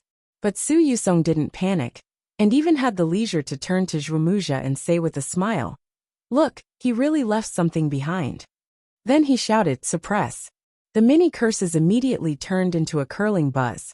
Looking at the room again, those people were nowhere to be seen. They had all been suppressed to the ground, the table, and the wall. But Li Yunxin was also not in the room. Su Yusong and Zhuomuja turned to look. Li Yunxin had actually gone out of the room, and was about to rush to the wall surrounded by the big locust trees. But it seemed that breaking the prohibition and rushing there was his limit. Finally his strength ran out, his legs gave way, and he fell to the ground. Su Yusong snorted and strolled over. Li Yunxin stopped running. He turned around and sat on the ground, staring at Su Yusong without saying a word. "I didn't expect you to be able to break this prohibition. You have the ability. Since you can break it, why didn't you escape earlier?" Li Yunxin's chest rose and fell violently. After a while he gritted his teeth and said, "Humph. This kind of prohibition technique is very clumsy. I thought about the cultivation method of the painting sect for a few days, and I can naturally break it today. What's so strange about it? But you two idiots, it would be strange if you didn't make any progress after thousands of years." But Su Yusong didn't bother to argue with him. He just laughed. "Fine. Your time is coming. I'll let you have your way with words." Then he lifted him up, and together with Zhuomuja, leaped straight out of the mountain. These two fake saints were trapped in Cloud Mountain for 1,000 years, while Li Yunxin was only trapped for a few days. But now, they finally broke out of the cage together, and went straight to the wider world outside. It was unknown whether it was a blessing or a curse.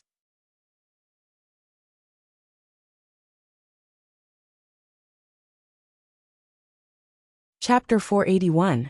A huge rolling stone with flames and lightning coiling around its surface fell to the ground from the crazily tumbling fiery clouds in the sky with a whistling sound. Where it landed, 3 Emptiness Realm swordsmen of the Kenzo were controlling their flying swords to fight against a huge demonic beast. The demonic beast was excited and revealed its true form. It was a huge wild boar. This wild boar was bigger than an ordinary bull, and its tusk was half the height of a human. Although this demon was also in the Emptiness Realm, it was already famous for its thick skin and thick flesh, even before it attained the Tao. Even a fierce tiger couldn't do anything to it, let alone a demon that had attained the Emptiness Realm. Its body was far stronger than that of a cultivator of the same level. Therefore, even if the 3 flying swords of the Kenzo cultivators pierced through its body, it was still very difficult to break through its leather armor.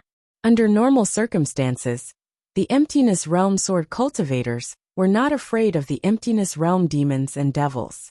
There were many magical powers and magic arts in the Xianmen sect that could make the stupid demons and devils panic. Then, the cultivators would look for an opportunity to strike a fatal blow. For thousands of years, the cultivators had used this method to subdue demons and devils. But now, it was on the battlefield.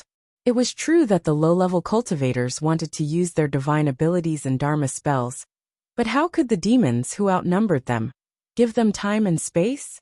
They rushed over like a raging tide. In the blink of an eye, every inch of land and sky was filled with the smell of blood, stench, fire clouds, lightning, and poisonous fog. In this terrifying battle formation, there was no room for the Taoists and swordsmen to calmly set up a formation.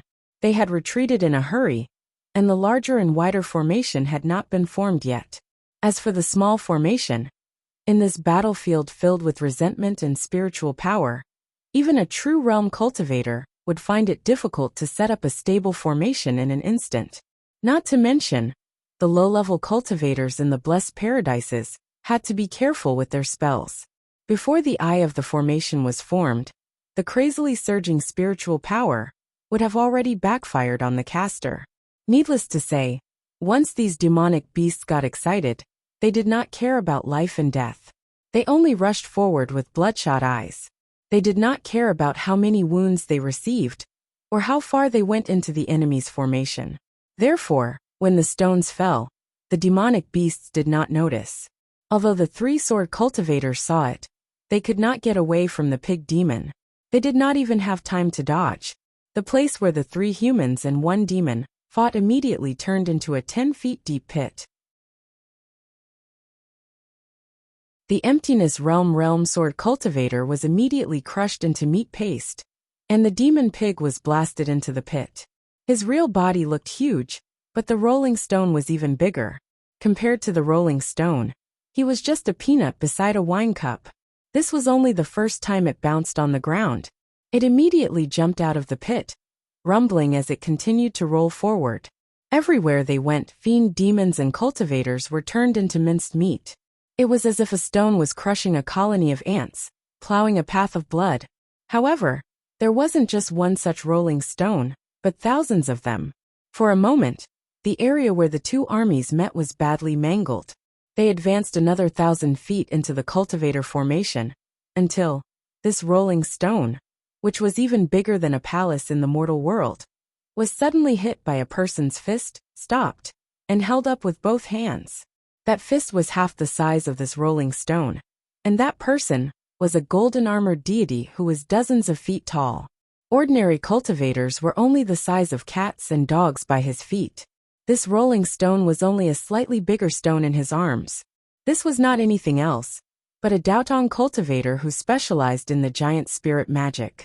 He transformed himself into a giant spirit god. As soon as these golden giants appeared, the huge stone formation became a laughable stone formation. There were hundreds of such huge figures in the Daotong cultivator's formation. Taking the huge stone in front of his chest, he suddenly squeezed.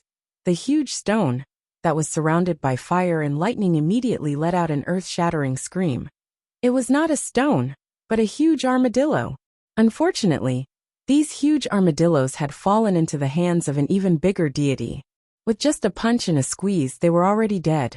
Blood rained down from the sky like a huge blood-colored waterfall, emitting an even more shocking and terrifying stench.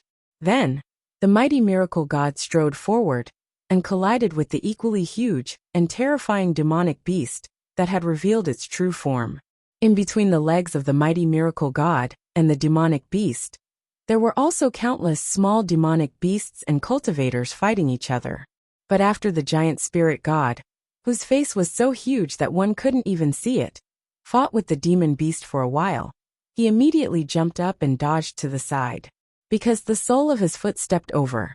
That wild boar demon's shoulder height was even higher than a sword cultivator's. But compared to the rolling stone that the wild boar demon had transformed into, the armadillo demon was only the size of the latter's foot. And in the arms of the giant spirit god, this huge armadillo demon was only a slightly bigger stone ball. But compared to the foot of the giant spirit god, it was like an ant. This foot, which was wrapped in thick leather armor, with just one step, trampled the giant spirit god and the demons and cultivators around him into meat paste. Above the sole of the foot was a thick and sturdy leg that was like a giant pillar that supported the sky. This was an elephant demon. In fact, there was far more than one elephant demon, or rather, a demon like this. Their huge bodies were scattered across the vast battlefield, and their faces could no longer be seen, because they were above the crazily rolling fiery clouds in the sky. If one looked up from the ground, they would only be able to see their huge bodies disappearing into the vast sky, far beyond the range of one's vision. It was as if they had been standing there since the beginning of the world. And with just a stretch of their hands, they could touch the heaven where the celestials lived. Previously, the battlefield had been filled with the deafening sound of thunder from the sky, and those thunder sounds were the sounds made when these terrifying giant beasts fought against the high-level cultivators of the celestial sect above the clouds. There were also fiery clouds rolling in the sky. They pressed heavily on the ground, extending from one side of the sky to the other, completely blocking out the sun, moon, and stars. And these fiery clouds were not intentionally created by the demons and cultivators. They were the spiritual power, demonic wind, lightning, and flames stirred up during the battle. They lingered in the sky for a long time, accumulating more and more, until finally, they covered the entire sky. This was the main battlefield where the demon army and the celestial sect's line of defense towards the heaven-reaching swamp met. Not only were there the cultivators who had originally set up defenses here, there were also cultivators who had retreated from the Black Tower. The three sides quickly mixed together, and in an instant, the battlefield almost crossed the entire Yezhong Plains. Demons and cultivators of the true tier, and above were all fighting in the sky. It was because every single move and thought of these terrifying experts was so powerful. If they were a little closer to the ground, they would be like the enormous true bodies of those true realm and profound realm demons, who could indiscriminately annihilate hundreds of soldiers from both sides, and the enemy with a single stomp. And because of the battle between them, perhaps a flash of sword light could traverse thousands of miles. Not only could it affect the low-level cultivators on the ground, it could also accidentally hurt their allies. Demons didn't have much experience in large-scale battles, and the cultivators of the celestial sect didn't either. But the difference was that demons had coarse skin and thick flesh, and rarely used mystical powers. Even if they accidentally hurt each other, a powerful strike might not cause serious damage to their own kind. But the techniques of high-level cultivators were already extremely profound and powerful. Their attacks, the powerful bodies of demons, were already strenuous to resist, not to mention their comrades whose bodies were far less powerful. Previously, the cultivators of the celestial sect had thought that demons were a motley crew, and once their attacks were thwarted, they would collapse. Thus, they spent a great deal of effort here, wanting to properly snipe them, and give the rear more time to regroup. But who knew that these demons were a motley crew, and collapse was fake? Before the fiendish demons were killed, they still looked like humans. But once they saw blood, smelled the thick scent of blood, and felt pain, their eyes instantly turned red, and they didn't care who was friend or foe. They only knew to fight with their lives on the line. For a moment, This vast land was rained with blood. There were terrifying giant beasts that collapsed, and cultivators of the celestial sect exploded into fiery clouds. There were also countless corpses that were summoned from the battlefield to pick up their weapons, and there were also cultivators who had lost their minds that were devoured by the demons and turned into the demonic power of the enemies. On the ground, corpses piled up into mountains, and in the air, demon beasts swooped down in the dense rain of swords. Above the fiery clouds, there were even thunder and lightning flashing. As if the gods were angry, occasionally, a huge cloud would crash down due to the aftermath of a battle between powerful figures, and in a breath's time, it would take away thousands of lives. Tens of thousands of demons and cultivators, who were terrifying to mortals, had now become tiny creatures surging between the legs of a huge existence, like a colony of ants. As for those so-called giant existences, compared to the even larger demons, they were nothing more than ants. The terrifying war between heaven and earth not only surpassed the limits of what mortals could imagine, it also far exceeded the endurance of the cultivators of the celestial sect. One must know, they originally wanted to cultivate immortality, and then slay demons and uphold justice. And this matter was just to strengthen their Tao heart and understand the greater good. But now these cultivators, who should have abandoned their emotions and desires, had no choice but to enter the battlefield. Countless cultivators were buried in blood and fire. And these people, who were originally known as the noble Sendo in the world, saw the common people as ants, and had the highest status in this world. But now they had become ants. Demons had long been used to fighting and killing, but in the process of cultivation, cultivators had always tried to avoid this kind of thing. Participating in this war was already something that went against their conscience. For many people, it would seriously affect their state of mind, and it would be harmful to their cultivation. And today, the matter of eliminating demons and demons, which they thought would be easy, had become a terrifying tug-of-war, a stalemate. The morale of the celestial sect was already unstable. And the most terrible thing was that this scene was not the first battle. It was already the third day after the fall of the Black Tower.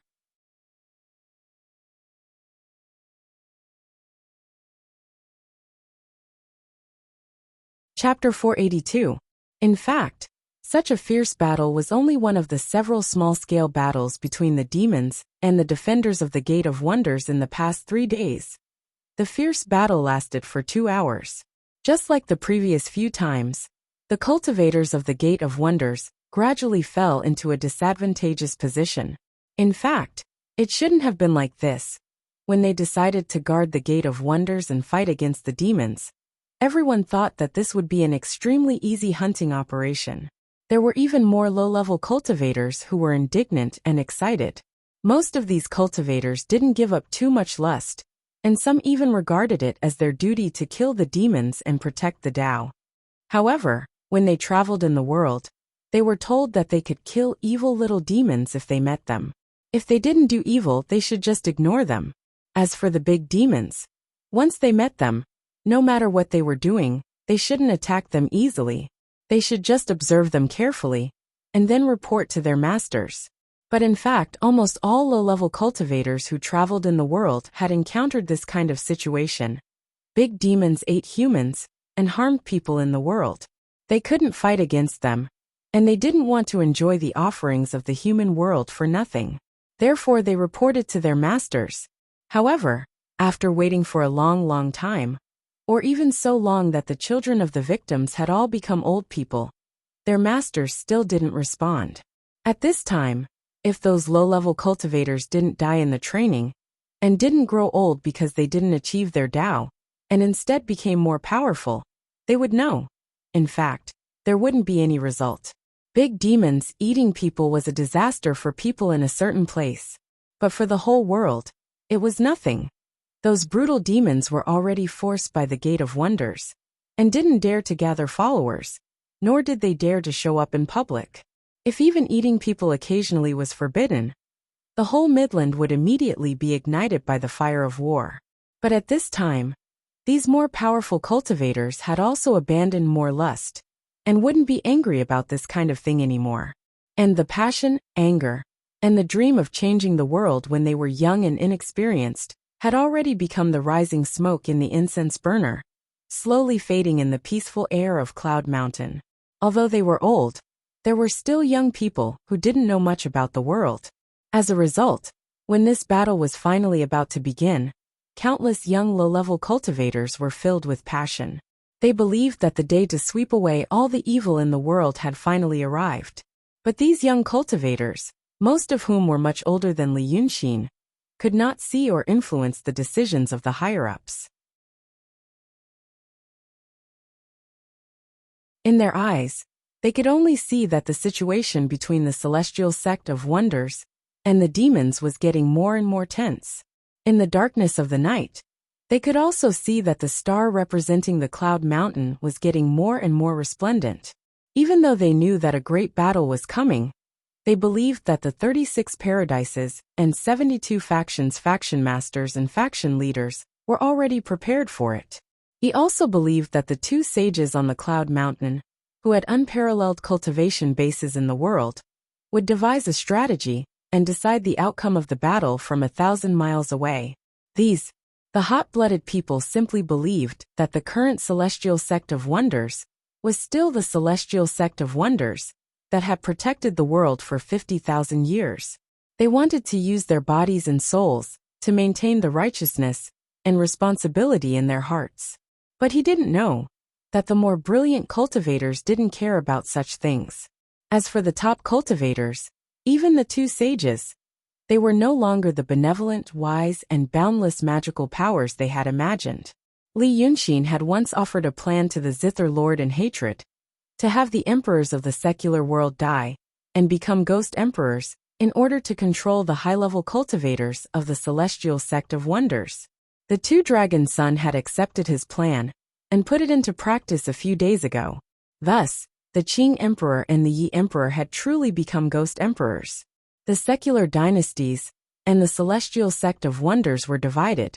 For this reason, the celestial sect of wonders had no choice but to send even more cultivators to various parts of the world as a precaution. Then, the formation that Li Yunxin had set in the wilderness forest showed unusual movements, so they could only send some other cultivators to guard the wilderness forest. Thus, the high-level cultivators of the celestial sect of wonders were split into 3 places under the secret operations of the demons and the Freemasons. When the 3 places merged into one, they had an absolute advantage against the demons. But now they were at a disadvantage everywhere. This was the result that the demons wanted, and it was also the result that the Freemasons had wanted in the past. However, in Li Yunxin's words, Su Yusong and Zhuomuja had not expected that they seemed to have gone too far. They wanted the situation to become bad, but they didn't want it to become this bad. Thus, this short battle would soon end with the defeat of the celestial sect of wonders. With this defeat, the first line of defense would completely collapse.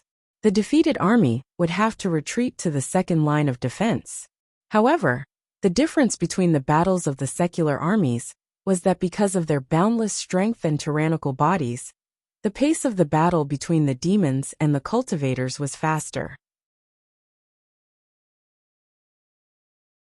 They almost didn't need any rations or supplies. For the demons, there were supplies everywhere. The flesh and blood of the cultivators were rich in spiritual energy and were a rare delicacy in the world. As for the cultivators, they could eat the wind and drink the dew without needing any rations. As for the cultivators who really needed food and water, they were all the hot-blooded, righteous, and responsible low-level cultivators that had been mentioned before. These people, they died the most. They died the fastest. With this defeat of the celestial sect of wonders, they retreated to the second line of defense. If it was a mortal army in the secular world, they might have a few days to rest and take a breather. They would think of countermeasures and deploy their troops. However, the demons were not an army that moved slowly. They needed a lot of time to rest and march. A horse that could travel 1,000 miles in a day and 800 miles at night was only as fast as a snail to these demons. They would chase after the defeated army. When the defeated army retreated to the second line of defense, they would continue to launch a storm-like attack. Therefore, when many cultivators began to leave in defeat, thinking that the situation might be difficult to reverse, on the incomparably vast battlefield, in the ears of almost everyone, there was a clear, steady, and powerful voice that was full of unquestionable power. Death. Every Daotong cultivator knew what this word meant. This was the first law spell that only the cultivators in the transcendent state of Daotong could learn. It was also the simplest and most direct law spell, the curse of death. Back in the day, Ling Kongzi spent 7 days and 7 nights writing this spell in his residence in the city of Wei. In the past few days of fierce battles, there were countless Daotong cultivators who used this simple yet violent spell to fight against their enemies. This spell was cast by a cultivator in the transcendent state. Wherever the spell reached, anyone whose cultivation level was slightly lower than him would die immediately upon contact. However, the cultivation level of a cultivator in the transcendent state was limited. After killing 2 or 3 enemies, the spell that could not be used in a short period of time would disappear. However, when it was cast by a cultivator in the mystic state, as long as it was within the reach of his mind, the vitality of anyone below the mystic state would wither away. This was also why the high-level demons wanted to fight the high-level cultivators in the sky. The Dharma was mysterious. If they were allowed to cast it on the ground, the demon soldiers and demon generals would have been reduced to less than 10%. However, in the sky, the death curse of a cultivator in the mystic state might not be able to kill a demon in the mystic state. However, the bodies of the demons were full of vitality. When they used their demon powers, the effect of the death curse would be greatly reduced. It would only weaken them for a long time. However, this curse, everyone heard it. It was as if there was a silent gust of wind blowing across the vast battlefield, where it would take half a day for a horse to gallop from east to west. Both the humans and the demons could not help but pause. Then the gigantic elephant demon that towered into the clouds, the cave master of the golden cave of the primordial devil of Mount Baita in the country of Yu, the white devil king of the 10 directions supporting the sky, the great demon of the mystical state of Shi, suddenly froze on the spot. A moment ago, he was fighting with 4 Taoists in the true state and a mystic state swordsman. At this moment, he had already killed 4 Taoists in the true state, and 2 Taoists in the mystic state were also severely injured by him. This was because the elephant demon was born with a magical power. The 2 tusks were born as 2 flying swords. During the battle today, the elephant demon revealed its true form. Its body was already strong to begin with, and its true form was even stronger. With every step it took, hundreds of demons and cultivators were killed or injured. Just its trampling alone was already a terrifying weapon. But above that fiery cloud, it still had 2 flying swords, one for attack, the other for defense. Taking advantage of the time when the enemy was dealing with it, its long trunk suddenly inhaled, sucking in all the spiritual energy and resentment within a radius of several miles. If someone was caught off guard, their spiritual energy would immediately stagnate, giving him an opening to cut off their head with one sword. But such a ferocious and all-powerful great demon, after the word die was uttered, it suddenly stopped moving. The 2 huge flying swords paused for a moment, then with a buzzing sound, broke through the fiery cloud in the sky, and fell to the ground like fiery meteors. With a loud rumble, they smashed out 2 huge pits that were dozens of feet deep, and affected thousands of demons and cultivators. Then, the elephant demon's huge body began to wither, at a speed visible to the naked eye. Its outer armor, which was harder than metal and stone, collapsed, turning into sharp blades that filled the sky and rained down like a storm. Just the falling alone was enough to take the lives of countless cannon fodder. Then, the flesh and blood turned into dust, scattering between the heaven and the earth. The demonic energy in its body also began to pour out. The surrounding area of tens of miles was covered in a gloomy fog. The thick and vigorous demonic energy caused many demons to immediately break through their realms and go berserk. It also caused many cultivators of the mystic sects to have trouble circulating their spiritual energy, almost losing their divine abilities. For a time, It was a reign of terror, a merciless massacre. The survival of a great demon at the mystical Shi realm was a terrible disaster on the battlefield. But now, the death of a great demon at the mystical Shi realm was also a disaster. After a full quarter of an hour, the skin and flesh of the elephant demon finally withered and withered. A gigantic skeleton that reached the heavens, and the earth appeared on the battlefield, standing tall and erect. All because of the word die. This sudden change happened in the blink of an eye. Some cultivators realized it, while others did not. But the deaths continued. First was the elephant demon at the mystical Shi realm. Next was the mountain-shade flying tiger king at the mystical realm. Third was demon king ocean wish fulfillment at the mystical realm. These three terrifying great demons were the most famous great demons on the battlefield, the ones who had killed the most. Under the leadership of these three demons, the demon army charged at the back of the mystic sect's line of defense like a hot knife through butter. Now that these three demons had died instantly, the torrent of demon soldiers and generals had encountered an unbreakable reef. Among the crowd, a dazzling golden light suddenly lit up. Soon, like the rising sun, it spread its light across the entire battlefield. Then it shot up to the highest point in the sky, dispersing the thick fiery clouds, revealing a vast blue sky. The moment this golden light appeared, all the demons within a radius of tens of miles instantly died. Their bodies and souls were destroyed, turning into flying ash. The mystic sect's cultivators suddenly felt their spiritual energy surge, and their spirits were shaken, as if they had received the blessings of the gods of the 9 heavens. When the oncoming demon army encountered this golden light, their attacks were completely destroyed. It was like waves hitting a reef. In an instant, they turned into countless waves condensed from blood and flesh. Then, the golden light bloomed soundlessly, and 2 figures stepped out of the void. When the light faded and the celestial music dissipated, the 2 figures were revealed to be a man and a woman. The man had the appearance of great Emperor Jiqing of the 9 heavenly stars palace, worshipped by Daotong. The woman had the appearance of Empress Wuxia Jiangyu of the 9 heavens palace, worshipped by Kenzo. The cultivators with the highest cultivation among Daotong and Kenzo, the current supreme of the mystic sects, Xianqiong Gao Tianjin Ke Ling Shiji Baodao venerate, as well as the sword venerate of the 5 spirits of heaven, imperial virtue, thick earth, and universal sword venerate entered.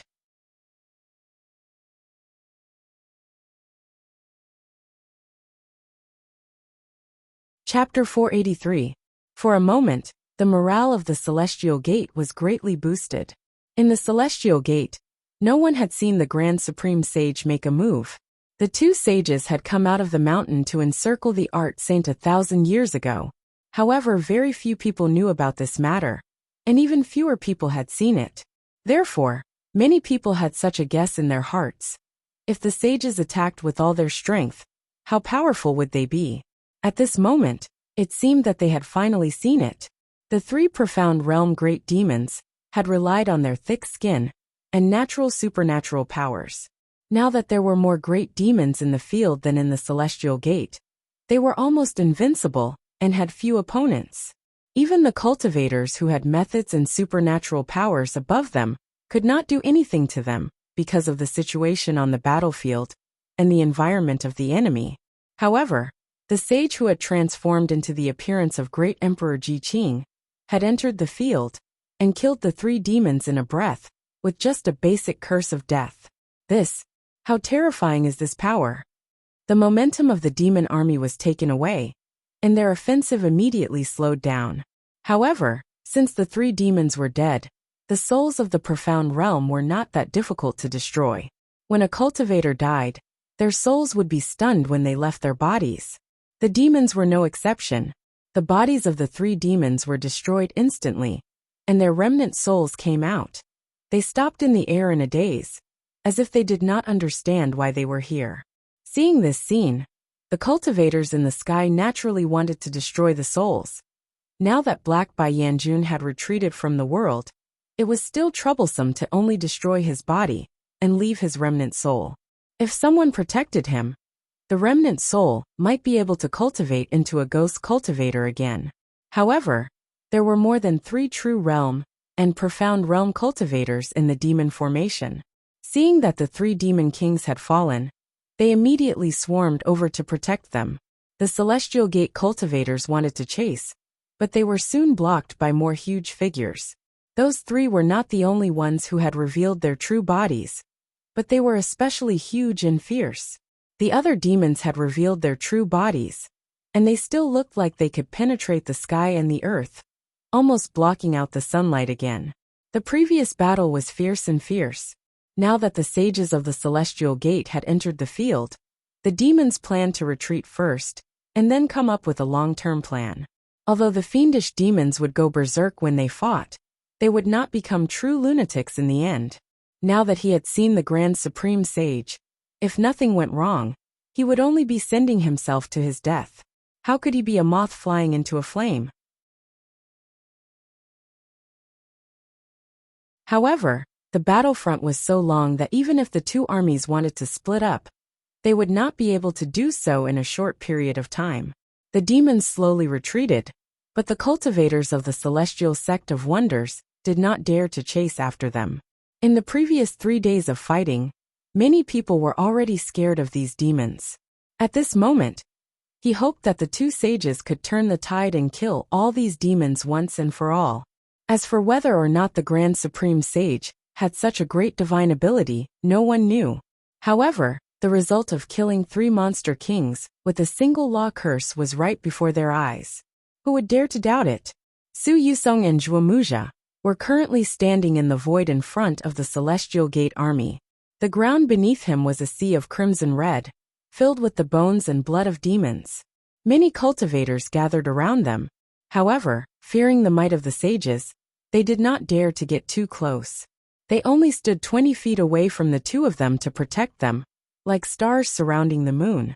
Seeing the situation in the distance, and seeing the cultivators slowly gathering around them, Su Yusong frowned. However, when he frowned, his expression was still filled with incomparable joy and pride. Because in reality, that curse just now was the first time he had used a Taoist technique outside of Cloud Mountain in the past 1,000 years. After he and Zhuomuja had taken over their bodies, they had been imprisoned in Cloud Mountain. That Cloud Mountain had also restricted many divine abilities. Thus, even though they had incomparable divine power, they could not use it. 2 days ago, they finally left Cloud Mountain, and immediately felt the surge of spiritual power that made their hearts tremble and almost go crazy. Previously, their bodies seemed to contain a vast ocean of spiritual power, but it was firmly frozen and sunk. Only the occasional splashes of water on the surface could let them feel the existence of the infinite power. However, once they left Cloud Mountain, the frozen spiritual power immediately thawed. In the snow mountain and ocean of Qi, there was a crazy surge of spiritual power surging and circulating, running through every meridian and aperture in their bodies. Thus they knew that their every move seemed to have the power to destroy the world. If there were only the 2 of them in the world, they probably could not hold back their emotions and wantonly cast their divine abilities in the vast world. But this was the battlefield of 2 armies after all. There were many profound and true realm cultivators. Previously, Su Yusong and Zhuomuja had not left Cloud Mountain, so they could only imagine the divine abilities of the profound realm and the divine abilities of the Grand Supreme. But now that they were out of Cloud Mountain and experienced it personally, they realized in reality, many things were indeed completely different from what they had imagined. When the divine abilities were really cast, the power was far greater than they had imagined. For example, when he cast the death curse just now originally, he only wanted to seriously injure the elephant demon. But who would have thought that it would be so powerful, that not only did it curse the elephant demon to death, but it also cursed 2 cultivators of a higher realm to death. Compared to what he had expected, it was more than several times stronger. It was like a person looking at a peerless treasured saber from afar, thinking that the saber would be incomparably sharp and unstoppable once it was in his hand. However, when it was really in his hand, he found that not only was the saber sharp, but it was also sharp to the extent that no scabbard in the world could contain it. Although such power was incomparably powerful, it was also incomparably terrifying. It was at this time that Su Yusong could really understand what Su Sheng had said. Su Sheng said that if one did not cultivate the mind, no one could control the powerful divine abilities cultivated by the profound Taoist techniques. Although it was different from the situation of the two false saints, it was similar. Because one had to know, when they took over bodies, they only took over the body of the Grand Supreme Saint. The power in the body was only half of the Grand Supreme Saint's. The other half was like the half of the dead elephant demon, which was wasted when it died. And even the power of this half of the body was not fully exerted. Today, they only wore their skin and came out. First, they were afraid that after leaving Cloud Mountain, the two would suddenly obtain too much power and be unable to control it, which would lead to disaster. The other worry was also related to the above. Long Da and Long Air had already seen the difference between the two, and they would definitely be suspicious. Therefore, the two of them only wore their skin and turned into the appearance of a monarch and a female monarch. In the eyes of others, they were incarnations. This meant that the two saints' original bodies were still guarding Little Cloud Mountain, and the ones who appeared on the battlefield today were only two incarnations. The power of these incarnations could not compare to the original bodies. The two of them used the two saints' skin to disguise as the two incarnations of the saints. Even if the divine abilities could not be used as they wished, and the power was greatly reduced, it was not strange. But the two wandering souls did not realize that even though it was only a quarter of the original power of the saints, they still felt terrified when they used it now. When they served the two saints in the past, they were not even in the true state. They were only at the peak of the transcendent state. After that, they did not have the chance to slowly adapt in 1,000 years, not to mention the state of mind and bearing. But it was also this thrilling feeling that caused Su Yusong's eyes to be filled with unconcealable pride and satisfaction. Such a powerful power was in his hands. If one day, he obtained the method to recultivate the 6 desires tribulation body, repaired his body, and combined the skin of the saints with the muscles and bones left on Cloud Mountain into one, how powerful would that be? Because of the pride and joy in his chest, now that he saw the cultivators of the celestial sect retreating, he felt unhappy in his heart. In fact, he had already been guarding the rear for a day. While slowly adjusting and adapting, he watched the development of the battle. At this critical juncture today, he also knew that if he lost again, he would definitely retreat all the way to Cloud Mountain. Now that the cultivators of the celestial sect had come out in full force, if they were defeated at the foot of Cloud Mountain, the saints would have to appear and turn the tide. But when that time came, how could the saints appear? Therefore, the decline had to be stopped here. Su Yusong frowned and said to Zhuomuja with his divine ability, "You and I should try not to fight anymore. There are many mystic realm cultivators here, and a few of them are at the peak of the mystic realm. After all, we only came out for a day. I'm afraid of trouble." Zhuomuja naturally knew what he meant. Any cultivator of the celestial sect who cultivated to the true state or the mystic realm had an extraordinary understanding of divine abilities.